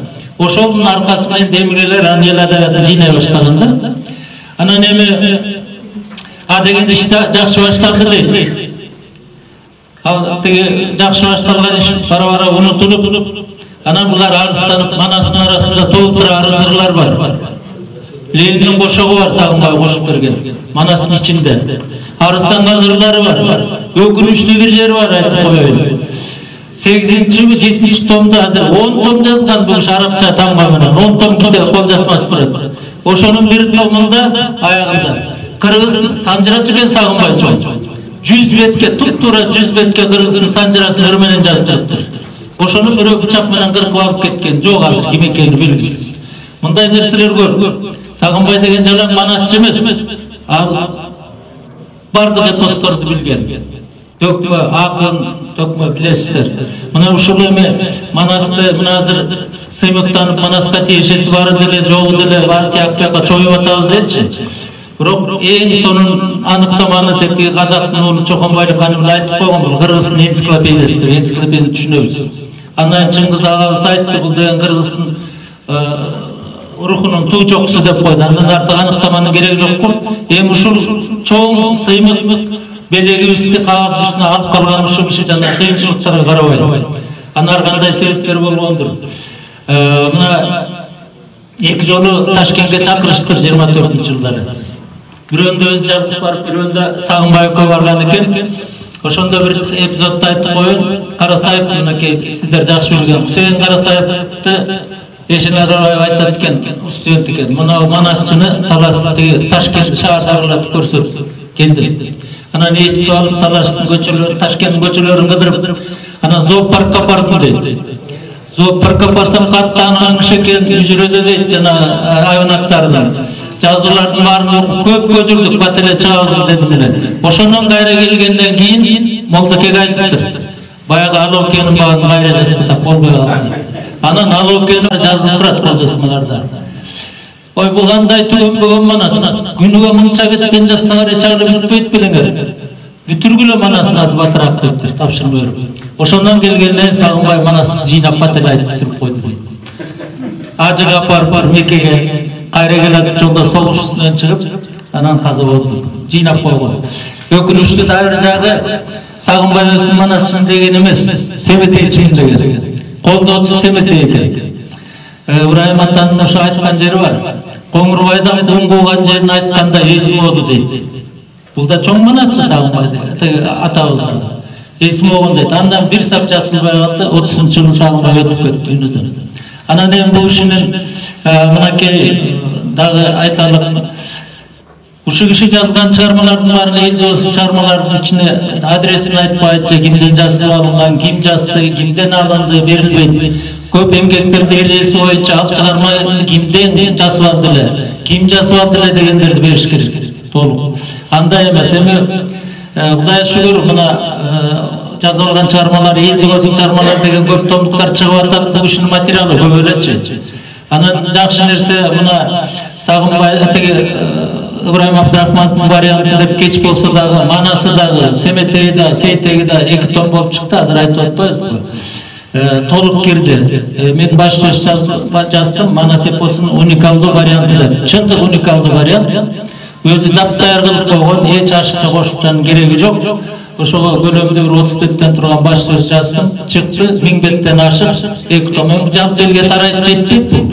Бюллетеньлерге берет, тиешелүү жерлерге таратат, жалпы элге жетпей калышы мүмкүн. Манас жөнүндө билгиси келсе, ушул Ибраимдин вариантын окуса баары жетиштүү да. Башка варианттар көп варианттарды билген. Тетиги Калмакча Манас айткан Акылбектен өйдө кошуп жүргөн, билген баарын тең. Анан ошону салыштырып өзүнө туура көргөн, лайык көргөн баарын топ Манас болду. Ушул эми сиздерге чоң рахмат. Дагы бир жолу Нарымбекке ömrüm uzun bolsun, жакшы тапшырма алдым. İşlerine ийгилик, атабадын арбагы колдосун, бул ишин арбагы ырасы болсун сага. Мүмкүнчүлүк болсо дагы жолугуп жана кол жазмалардын сыпаттамасын чыгарып коюш керек да, даяр турат. Ушул барыңыздарга рахмат. Рахмат сизге. Эми азыр ушул чыккан китептеринин редакторларынан катышып отурат. Бул жерде Жусуп Баласагын атындагы Кыргыз Улуттук университетинин профессору Султаналиев Шембек Шашекеевичке сөз берет. Биринчиден ошол мектептин жетекчилигине, администрациясына рахмат айтып коелу. Ушундай бул жерде кыргызга төбөсү таанымал адамдардын көбү отурат ушул жерде. Учурунда эмгек кылган. Анан мен Ыбырай Абдрахмановду ушу Нарынбектин үйүнөн көрүп калдым. 9-10 класста ошо Пагарайстан окуп. Анан көрмөктөл ошо бир үйдө 6 ай экен үйүндө чогуу жатып көрүп калган кишимин да бир эмес бир нерсе жок. Анан 9-дан бир буюм чогултуп жүрчү эле, аппак болгон киши эле 9 асамса, 9 питачы, 9 теспе ушундай. Баягы көзүм өтүп кетсе ошону таратып берсин деп ушундай кылышчу. Анан көзү түрүсүндө эле өзүнүн эстелигин орнотуп койду. Өткөндө барып Куран окутканда көпчүлүгү биринчи жолу көрдү. Ошолда сатып алдым Амат теги карындашым Сейилкан чөөнүн сүрөтү турат дейт. Анан эми бул ишинин эмгегин айтып отурбайды. Анын баарын жакшы билесиздер. Эми ошол канчалык залкар болсо деле ошону элге жеткизген бир киши керек экен да. Анан анын сыңарындай Током айткандай келип эле Нарынбектин чайын ичип билмексем болуп кетип калбай, ошо колубуздан келген жардамыбызды берсек. Анан унутуп калдым эле айта кетейин, ошо бир китебине колум тийди, мына Кыргыздын макал лакаптары дегенде редактор болдум. Эми бул кол жазманы окуш деген өтө оор түйшүк. Муну башынан өткөргөндөр билет. Ушул орус тамгасы менен жазылыптыр канча миң макалдар. Ошону окуп чыгыш кыйын болду. Ал эми Абдрахмановдун көптөгөн кол жазмалары академиянын фондусунда араб тамгасында да жазылган. Эгер жардам керек болсо, мына мен Мактум Кашкаринин дивандубатын оторуп окуп чыккан авторлордун биримин. Ошол арабча окуганга жардам керек болсо, мен деле жардам берет элем. Ушундай адамдардын башын кошуш керек. Анан ошол эмгегин баалап, элге жеткирбесе залкарлардын деле артында туягы болбосо билинбей калып атпайбы. Ушу Нарынбекке рахмат.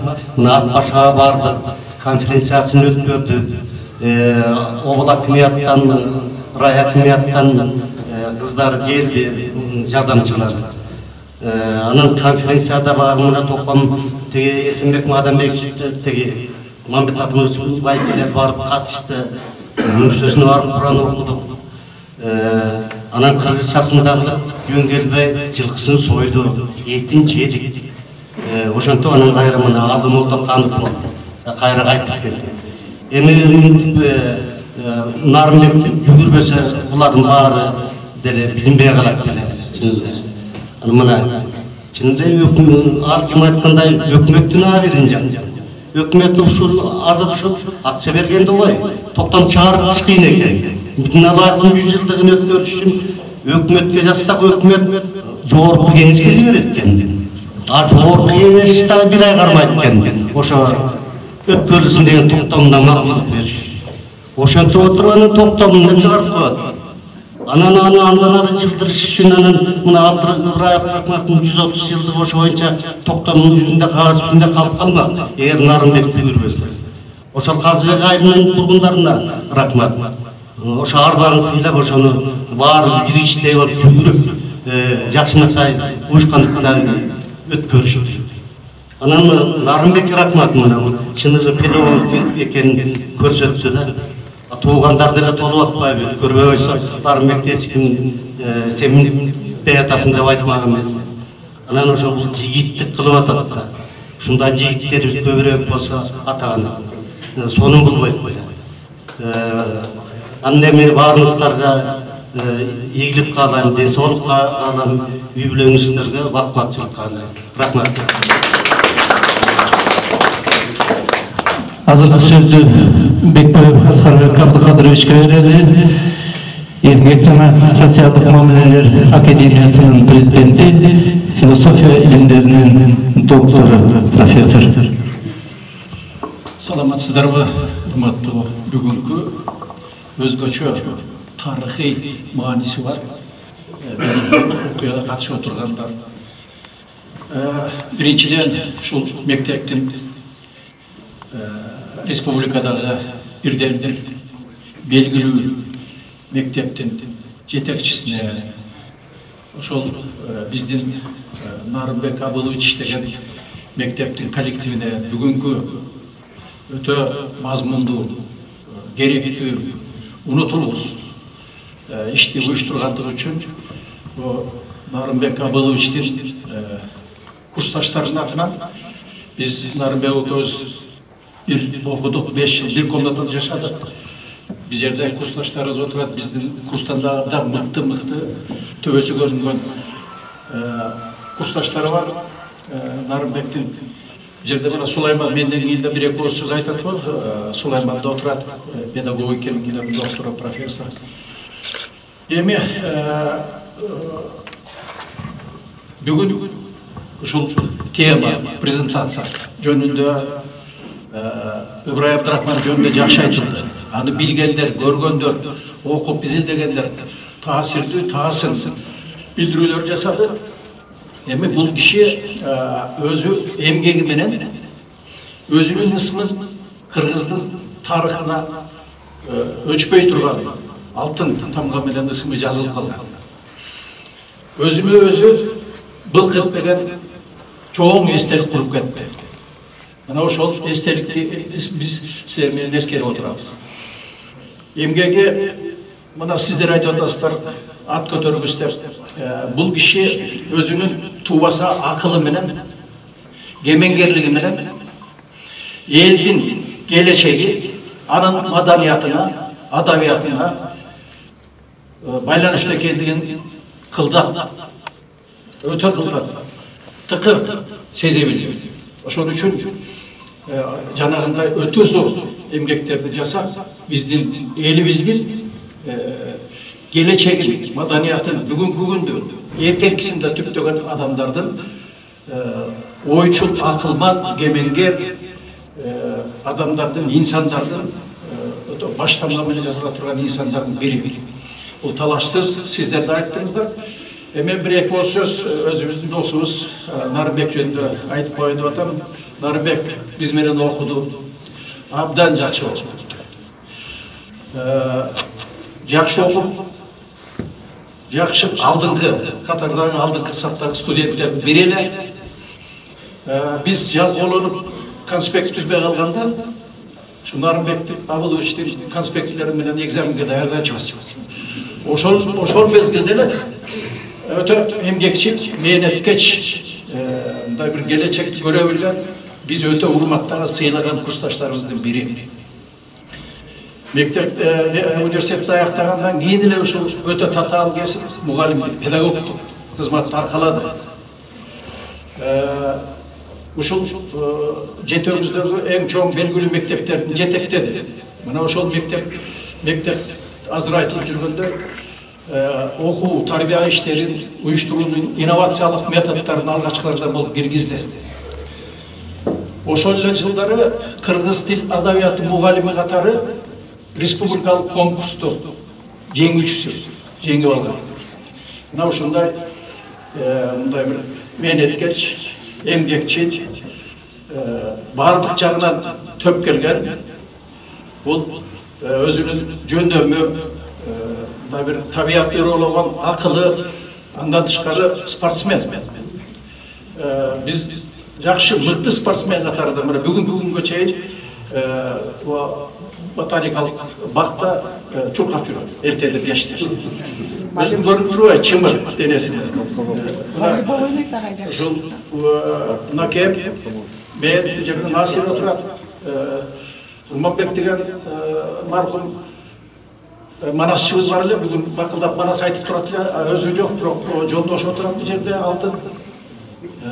Ошол мына азыр эле айткан биздин агайыбыз Кубат Ибраимовдун жээни болобу? Ошондой болуш керек эле. Эми наке, жана абдан жакшы сөздөр айтылды. Азыр жаш экенин дагы баса белгиленди. Анан ошо жаштык жигер менен бүгүнкү коюлган талапты аткарасызбы деп ойлойм. Биз да колубуздан келишинче түртмөлөп, кичине жардамдашканга аракет кылабыз. Эми ишиң ийгиликтүү болсун, жакшы үй бүлөнүн кожоюну, 4 баланын атасы, мына Салтанат кызы да отурат, Бактыгүл, Нарымбектин жары. Эми кечирип койгула, бул Бактыгүлдүн Нарымбек экөөбүз ала качып барганбыз ат башында. Ошондон бери дос болуп жүрөбүз эми. Ушундай ынак, жакын, ажырашкыс достордон болуп жүрөбүз. Эми сөздөр өтө көп сүйлөндү. Ошон үчүн мен кыскартайын. Сөзүмдүн соңунда биздин эмгек жана социалдык мамилелер деп аталган Кыргызстан профсоюздар федерациясынын алдында академия түзүлгөн. Мындан бир 4-5 жыл мурун ал академияда колледж бар, бакалавр бар, студенттерге билим берип атабыз, илимий иштер жүргүзүлүп атат. Мына ошол биздин академиянын илимий кеңешинин чечими менен мен дипломду алып келген жокмун, өзүм чакырып туруп тапшыралы деп атабыз. Ушул эмгек жана социалдык мамилелер академиясынын ардактуу профессору деген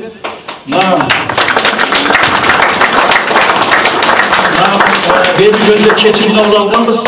Өзүм чакырып барып туруп, анан кагаздарын, башка атрибуттарды ошондо тапшырабыз. Ишиңе ийгиликтүү болсун. Азыркы сөздү Рыспаев Сулайман Хазбаевичке берейин деп турам. Педагогика илимдеринин доктору, профессор.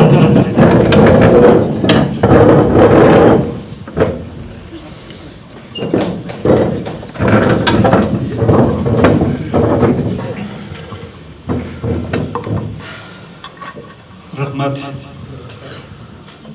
Урматтуу туугандар. Бирөөнү эле бирөө изилдеп жөн жерден мээнет кыла бербейт да. Ошол бир себеп бар да. Же канында, же жан дүйнөсүндө бир ошол нерсеге бир байланыш болбосо кыйын да. Ошон үчүн Нарымбектин Ибраим Абдрахманов жөнүндөгү былтыртан берки мээнети бир топ болду. Телеге чыгарып атат, Фейсбукка чыгарып атат. Атбашыда чоң жыйын болду, бүгүн да чоң жыйын болуп атат. Кыргыз эли үчүн жана айткандай ал киши үчүн эмес, биз үчүн, жаштар үчүн чоң окуучулар дагы катышып отурса жакшы болмок экен. Манасты ким кантип жазып алгандыгы жөнүндө билсе жакшы болот. Мен Ибраим Абдрахманов жөнүндө анын Манасты жазып алганын мен ошол 5-6 класста жүргөндө окуганымды дагы эстеп атам да. Ошондо баягы көп чоң китеп калдайып чыкканда атам сатып келгенден кийин бизге окуп берер эле. Ошондо Ибраим Абдрахманов айтып атпайбы? Азыр мына Манас ата келди, Бакай ата келди дегенде ишиктен аттын кичинегени, баатырлар, адамдардын коорусу сөздөрү, мындай дүпүлдөгөн аттын басканын дабыштары угулду депчи. Анан дене боюм чымырап, дене боюм бүркүрөп, ама ошондо дагы тиги киши түн ортосуна карай айда берет экен. Анан таңгаман эс алып, ишке чыксак дейт, терезенин түбүндө аттын 4 туягынын изи калды карда деп. Ушундай жазган бар э. Ошону окуп алып мен дагы денени дүркүрөгөндө да Балким ошондой окуя болгондур да. Болбосо касиети анчалык болбосо дейм. Эми Манас эпосун, Манас дастанын кыргыздар кайсы убакта айтчу эле, кайсы убакта айттырчу эле мисалычы. Эми жазганы башка нерсе.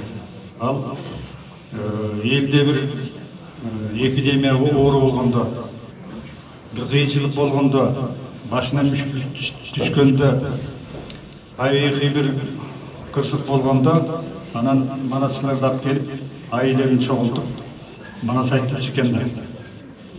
Ошондо Манастын руху ошо элге түздөп айыктырчу экен мындай алгандачы. Эл өзүнчө эле оң болуп калчу экен. Мен өткөндө Фейсбукка жазганда ушундай бүгүнкү күндөгү кыргыз кыйналып турган чакта Манасты эстейли, Манасты окуйлу, Манасты угалы, Манастын руху менен тазаланалы, ал тургай Ала-Тоо аянтыбызга Манас эпосун кыргыздын күүлөрүн саат сайын болбосо дагы кайсы бир убактарда айтып турса, коюп койсо, ошону уктуруп койсо, ошону угуп элибиз ичине түздөлөр биле деген. Ушул оюмду мен Жогорку Кеңештин депутаттарына дагы сунуш менен баягы 5-6 сунуш кылып жазып бердим. Келсем, бул туура экен. Ал тургай мектепте гана үйрөнсө болот дейт.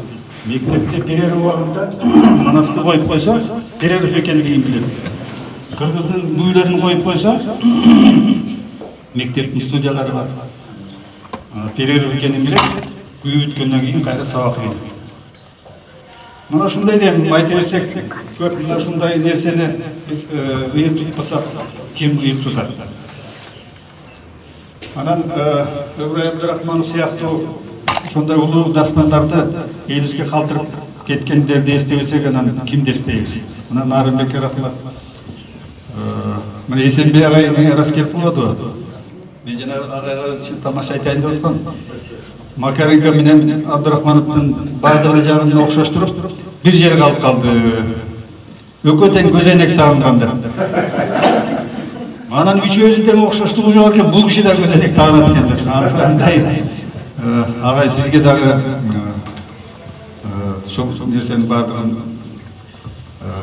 изилдеп окшоштук жагын Толстойдой болгон чоң адам мына бизге бир үлгү катары бүгүн дагы турат.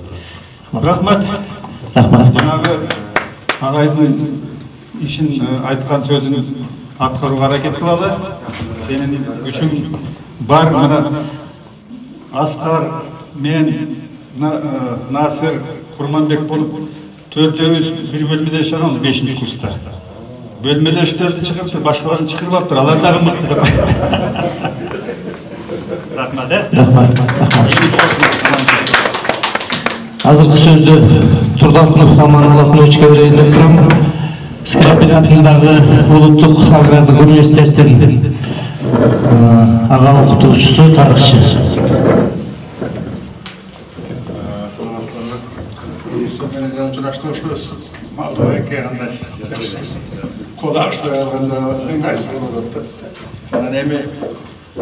Өткөндө Алла акем айтып кетти, жана айылга барып, ошол Ыбырай Абдрахманов 130 жылдыгына катышып келдик деп. Ал баягы айылдык эле деңгээлде эмес, жана жогору жакта белгилеп кеткендей, республикалык деңгээлдеги чоң илимий практикалык конференцияларды билип болду деп айта алабыз.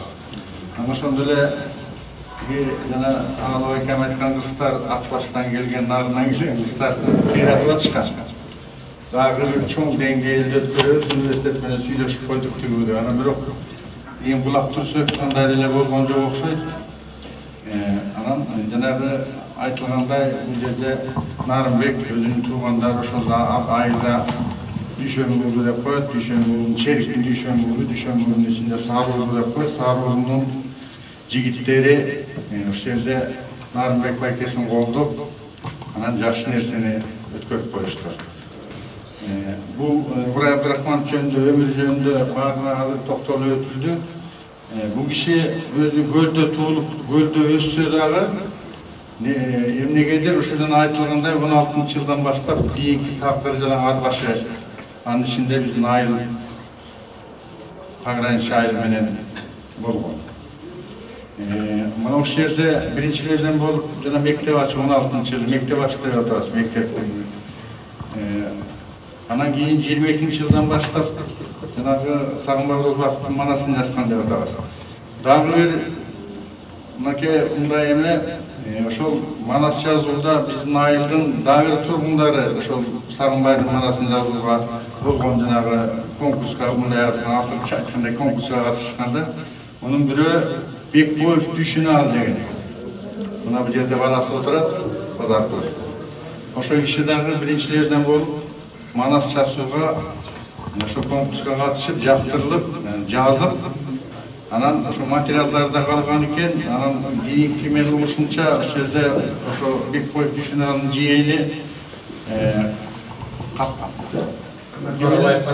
Канатбек Карабаев сакталуу деп жүрүшөт. Жана мен айтайын дегеним ошондой жазылган нерселер Ыбырай Абдрахмановдун өзү жазып жүргөн нерселердин көпчүлүгү ошо ар кимдин үйүндө калып бүгүнкү күнгө чейин жетпей жүргөн жерлери да бар. Мына азыр менин колумда турат жаңы муздасы.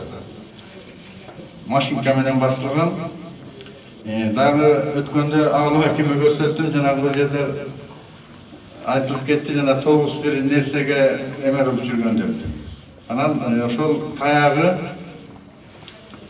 жанагы 9дан буюм чогулткан деп атпайсызбы? Ошол таягы биздин үйдө сакталып турат. Күндө биздин үйдөгү эң ардек келген буюмдар катары сакталып турат. Анан эми жана Атбаш жери деп атабыз, Атбаш жери менен жерден баарына токтолуп отурбайын, бир жакшы жери бул кишинин жанагы талантты сыйлай билгендиги. Бир эле нерсени айткым келет. Алыкул Осмонов Бардоска белгилүү оорлуу адам болгон. Ошол кишини кандайдыр бир деңгээлде Атбаштын абасы, Атбаштын кырмызы жардам беребе деген негиз менен 1946-жылы Арпа жайлоосуна эшитип барып, жана Коргон Ташта Малдыбай эке ошол жерде кымыз ичип бир жай алып жүргөн экен. Биздин айылда болуп, айылда ошол айрым көргөндөр эскеришет. Жанагы Карабойдун суусунун боюнда жардын башына сойут атпатты кызыл күнүбөздө. Ошол жерде бир мындай ойлонуп эле отурчу эле деп айтышат да, ошо Ыбырай Абдрахманов. Ыбырай Абдрахманов алып барган Алыкул Осмонов. Анан ошол жерде Алыкул Осмоновдун көп чыгармалары, ошо биздин Атбаш жөнүндө, Арпа жайлоосу жөнүндө ошондой эле ошол кезде эмгектенген жана Рахмандын илими, тигибу деген сыяктуу көп ырлары чыккан. Анан Тугалагай, сиз кабылдыңыз кабылган жоксузбу? Пограничный колхозу деген Минсаптан турган ыры деп мен сиздин китептен, жана 88-жылдын китебиңиз менде бар. Ошондон эметтим, бирок мындай жарыкка чыккан жок да. Эгер ошол пограничный колхозу деген Ыбырай Абдрахмановдун ыры өзүнчө китеп болуп чыкса, биздин айыл үчүн, айылдын тарыхы үчүн бир чоң нерсе болот эле да. Анан жана бул эмеге анан бул жерде саналуу адамдар отурабыз. Ыбырай Абдрахмановду көргөн. Мисалы үчүн мен көргөм. 1959-жылы Арпа жайлоосуна кымыз ичкени барган. Жана айтылып аткан Коргон Ташка. Чоң Коргон Ташка. Анда суунун машинеси деген машина жүрчү жана Совет Унионунда. Кытайга товар тартчу, бензин тартчу. Анан ошол машина менен барганбы, Деудан түшүп калып, анан жөө келди. Бир шляпачан жана айтылгандай көз айнек тагынган, бутунда ботинке, орусча кийинген да мындай алганда. Жанагы сиздин эмеңиз китебиңизде эскерилип жүрөт. Ыбырай Абдрахманов орусча кийинген адам болгон деп. Өзүнө өзү баа берген жери бар. Орусча кийинген. Ошон үчүн айрым адамдар жактыра бербеген деген жери бар. Анан ушундай адам келди, анан ошол жерде Деуда бир кара кемпир деген, кара кемпир деп коюшчу сыртынан, анын атын да билбейм чыны. Анан кишиден сураптыр. Турдакун Райымбектин айылы кайсы, каякта? Мына бу жакта деп. Көрсөтүп берип, анан жана жөө келди. Anan tigi murunda bir şpiyon karmak tukava menen sıylangan eken. Dağı sıylangan degen menen burana çakka, buranda çaktı bilesizlerdi. Ayakı getken maşineden ayıttır gittim, ayakları şpiyon getken. Anan biz düğüge gel çattılar işi. Anan tün içinde soldatlar gelip girip emeler menen. Tigi işini turgusup birinci alıp ketvatkan esinde de bunda eres bulas bilen. Ama oşonda birinci yolmen Manas degenimne oşo işten anda men özüm estebe barsam gerek işlerin aytkаны da keyin. Manas eposu dep koyup demak işi men ıbradım. Dokumenti yok barıptırdı. Batın kesin baylayarlar, kıynalıp anan oşaytana salıp alına ketişti. Anan 2-3 günden keyin pagrançık alып kelip, jeğeni belek ekeniken alып kelip. Az yerden dokumentlerin görün, o şekilde çıtap salıp ketip başlar. Anan 2-3 günden keyin anan gayra suunun maşinesinden gelip anan jöğe gelip anan ketken. Anan ağışının da toğuz dep jana toğuz kuştarlar barıp belek eken үйünde konup oturчу kırşasında. Oşonda baktırıp bir özgöçö jaktары бар dedi bu işin. Anan elin esinde kalgan ошол pagrançı elin esinde kalgan oşondoy da özünçө özgöçö adam эле. Ыбырай Абдрахманов деп Ыбырай Молдо же Акмолдо деп. Акмолдо деп коюшчу. Жалпы ел. Анан кийин 67-жылга да болду, анан жана айтып атабыз. Жердеме жакшы эстеликтер тургузулду, бирок ошо киши кийин келечегинде кандай болот, мага эстелик коюлабы коюлбайбы деген бир күмөн нерсе болсо керек. Ошон үчүн өзү өлө электе 9 жыл мурун өзүнүн өлө элегине мүздөнүн четине алып барып эстелик коюп койгон. Ошол кезде жаңыдан акталыптыр, сатып алды Нагматовдун сүрөтүн жаздырып, анан өзүнүн карындашы Сейилман апанын сүрөтүн анан эмесин жаздырып ошо койгон эле. Анан 1888 деп 19 жашылып тиягы Актай турарды. Анан кийин өлгөндөн кийин кайдыгерлик бул дагы 67 эмес 65 деп жазылып калган. Анан мындан 100 жылдан 200 жылдан кийин чыр болушу мүмкүн. Куттугали деген окумушту 67-жылы өлгөн деп жазылыптыр. Мүзөсүндө 65 болуп турбайбы деп мисал үчүн да. Анан эгер мүмкүнчүлүк болсо наке ошону оңдоп койсоңуз да жакшы болот эле. Бир шартын таап, жана ташка кайра чектирип эмне кылып берип. Анан эми бу жерде жакшы ошол кишини эскерип, мына жанагы өзүнө эстелик коюп кеткен болсо, бүгүнкү күндө жана өзүнүн 1000 космонавттан ашык чыгармалары, жанагы архивде кыймылдабай жаткан көп нерселер бар деп атабыз. Ошонун баары өзүнө коюп кеткен эстелик деп түшүнсөк болот. Анан жанагы өткөндө да айтылды, ошол жерде элдер өзүлөрү айтып атты. Жана 150 жылдык Сагынбайдын 150 жылдыгына барып катышкан адамдар айтып атат. Ыбырай Абдрахманов жөнүндө бир да ошол жерде сөз болгон жок дейт. Сагынбай өзү жазып, анан архивге өткөрүп койгондой сөз калтырылды дейт. Эл түшүнгөн жок дейт. Ыбырай Абдрахманов жөнүндө эчтеке жок дейт. Мындай өзү жазып эле Сагынбай өткөрүп койгон деген сыяктуу бир элес калтырылып атты дейт да. Анан айтылбай делбей келсе, жанагындай өкмөттүк деңгээлдеги токтом чыкса дагы аткарылбай дагы мына Нарымбек ол жерде өзүң ошол Ыбырайдын урпактарынын урпа катары өзүң туугандары менен жана айрыкча өзүң Саруулу мына жана Аалы акен болуп барганда ал жерде жана жогору жакта айтылгандай сыйыңарды көрдүк. Эмне кандай иш-чаралардын баарына катышып келдик. Анан силерге рахмат. Ушул киши мына ошондой нерсени күткөн, элден күткөн, жанагынын баарын жөн эле жасаган эмес. Анан бирок ойлогон артында, баласы болбогондон кийин кандай болот деген да ойлонуу болсо керек. Анан эми мындай иштер жакшы. Анан ошол кишинин эмгектери дагы элге жетип, айрыкча эгер мүмкүн болсо жана пограничный колхоз дегенде чыгарып койчу өзүнчө китеп кылып.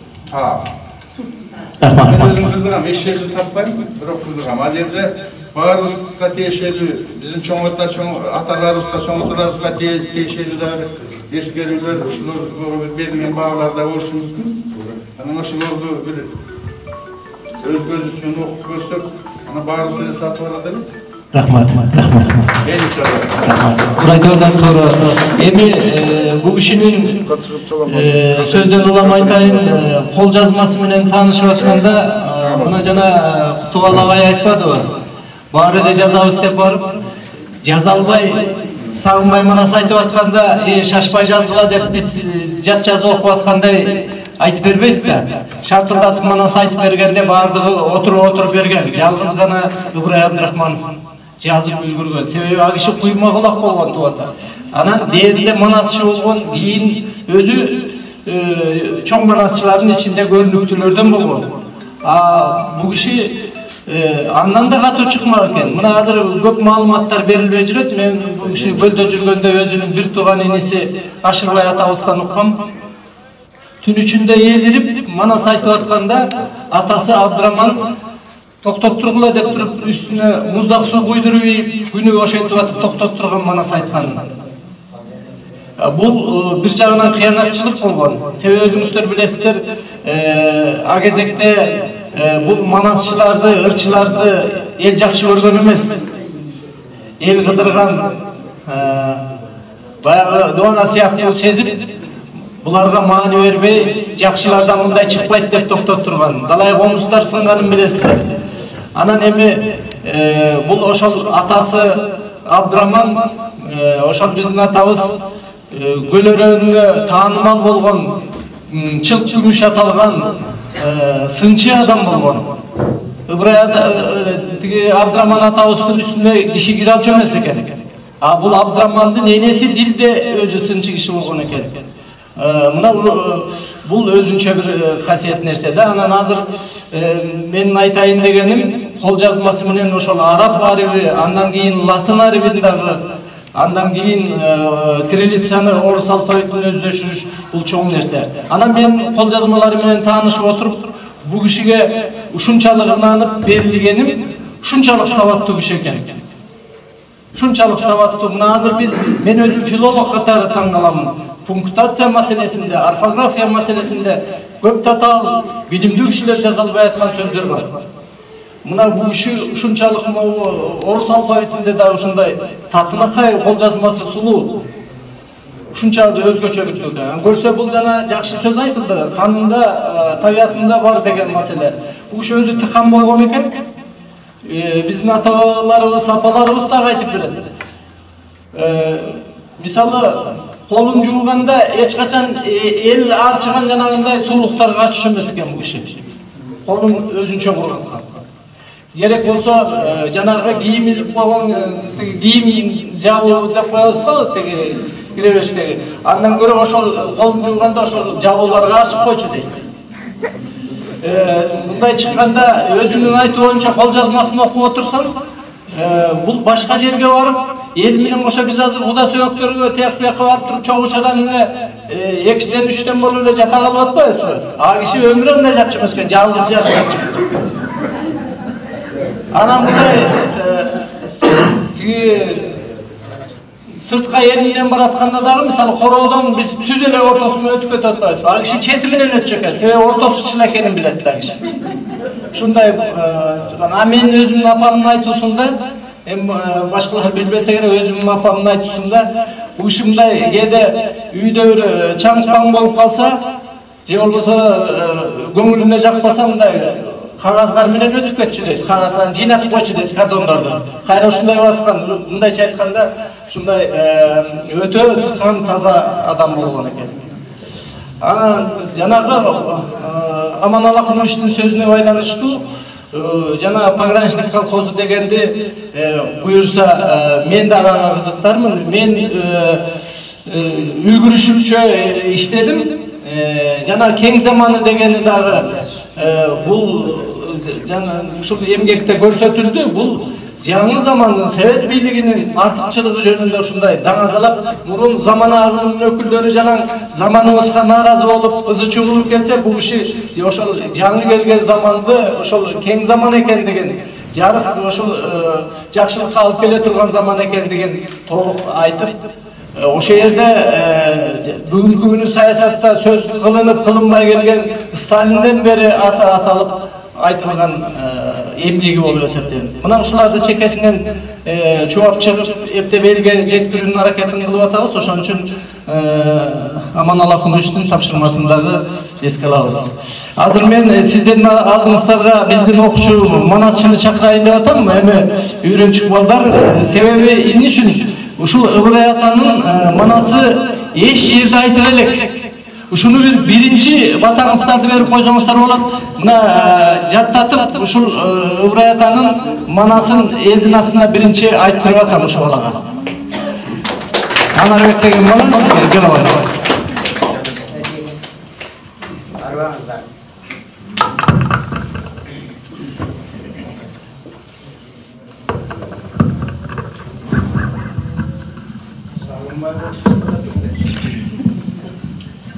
Ыбырай Абдрахмановдун варианты боюнча Семетей менен Чабалдайдын сайышы.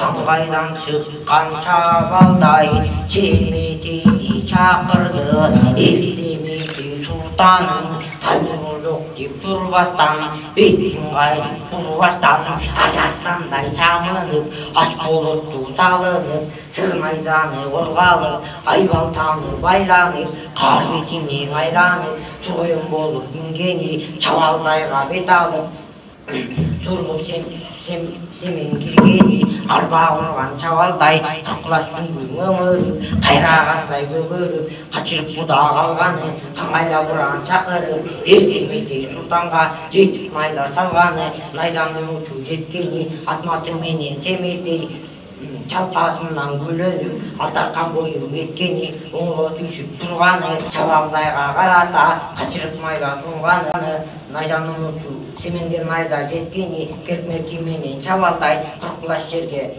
чалкадан кеңдиргелеп кеткени, эки баатыр кайрадан айбалта болгонго алышып, айтырышып качырып, орой чоку төбөгө айбалта менен чабышып, айбалта башка шакка шак, от талында балоодо чакка чак. Алдаганча чабышты, Ачастандай алышты, үндүргүндө бүркүрөп, кабыр менен мусулман карап турган канчадан азат коюу бүркүрөп, кылычты колго алышты, бирин-бири баатырлар кыймалашып чабышты, кылычтары быркырап, чаңгы колдо калышып, айбалталар быркырап, сабый колдо калышып, жабдыктардан кутулуп, жакалашып тутушуп, ооздон канды кусушуп, түбө этектен алышып, сүрүшүп жүрүп калышып, колдун баары союлуп, колдун баары чоюлуп, карагыттай көп манжу, караны кояргындар, баатырлардын колуна кайрадан жабдык беришип, тамашасын көрүшүп, жер солкулдап майышты, эки баатыр тынымсыз, ошондо гана күнү түнү сайышты.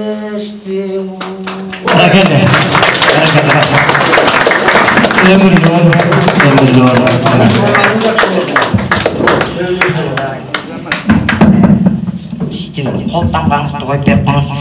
Жарайт. Азыр музыкалык кезекти берели, андан кийин астыга чайга түшөлү деп атабыз, кечирип коюңуздар.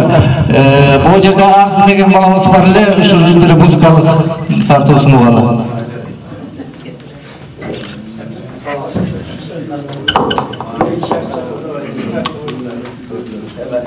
Жақсы болат аяқшылар. Шығармашылықта игілік, жақсы кітептеріңіз шыға берсін. Ертедерлеріңе жақсы мақтаулар, жақсы сөздер. Көңілден біткен жақсы шығарманы үшін сіздің бүгінгі іс-шараңызды құттықтап шығарма тартылап қоя алайын. Жүрек сыры деген шығарманы қабыл қойыңыз. Қандай сіздер осылай?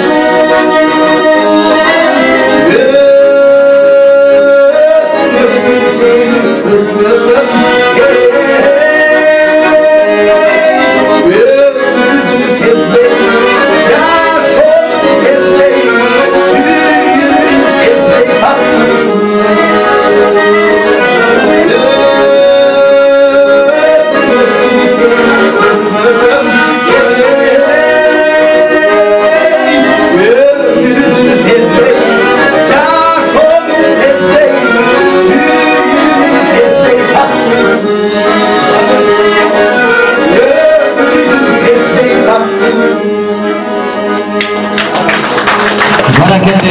Mına uşunday baldarım var. Эми ырчылар көп, бирок ушул арзынын дайырын укпасак болбой аткан, андан кийин тамакка түшөлү. Арыз келди. Эми бирди сөз бериңиз. Hasan Kaldık.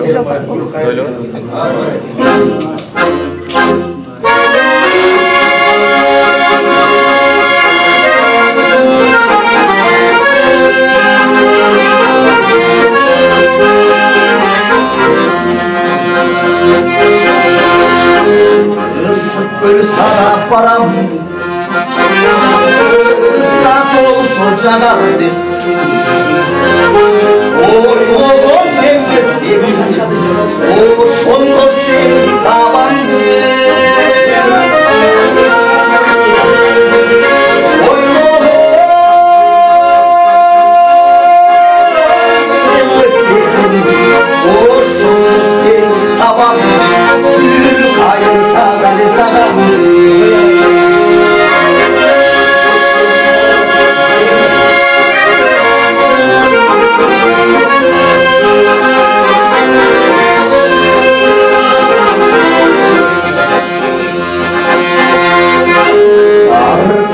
Davan yetalmay, dağlaylar sana cetalmay.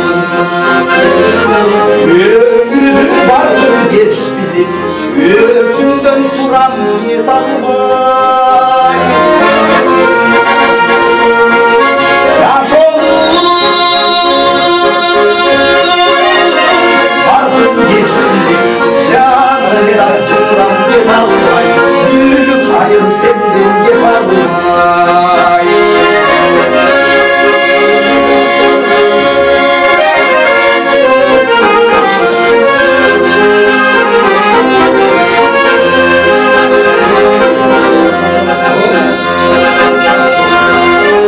Yürüyüşünde senin çoğun, gül boyunum bastım tüm boyun.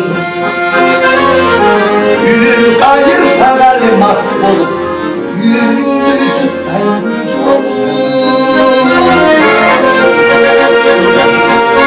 Gül kayırsa galmas olup, gülündü çıttay gücü ey gülündü isket gücü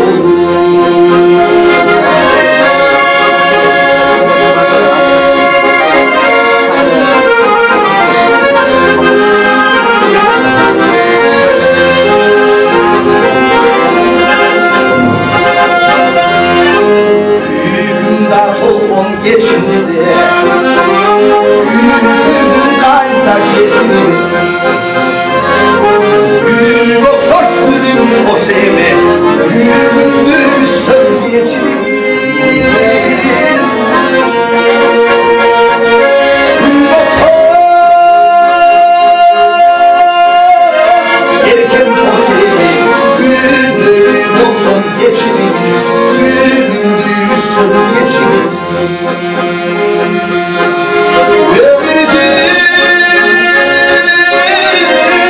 Ardın geçtiğim gözünden turan yetalmay. Gül hayır senin yetalmay.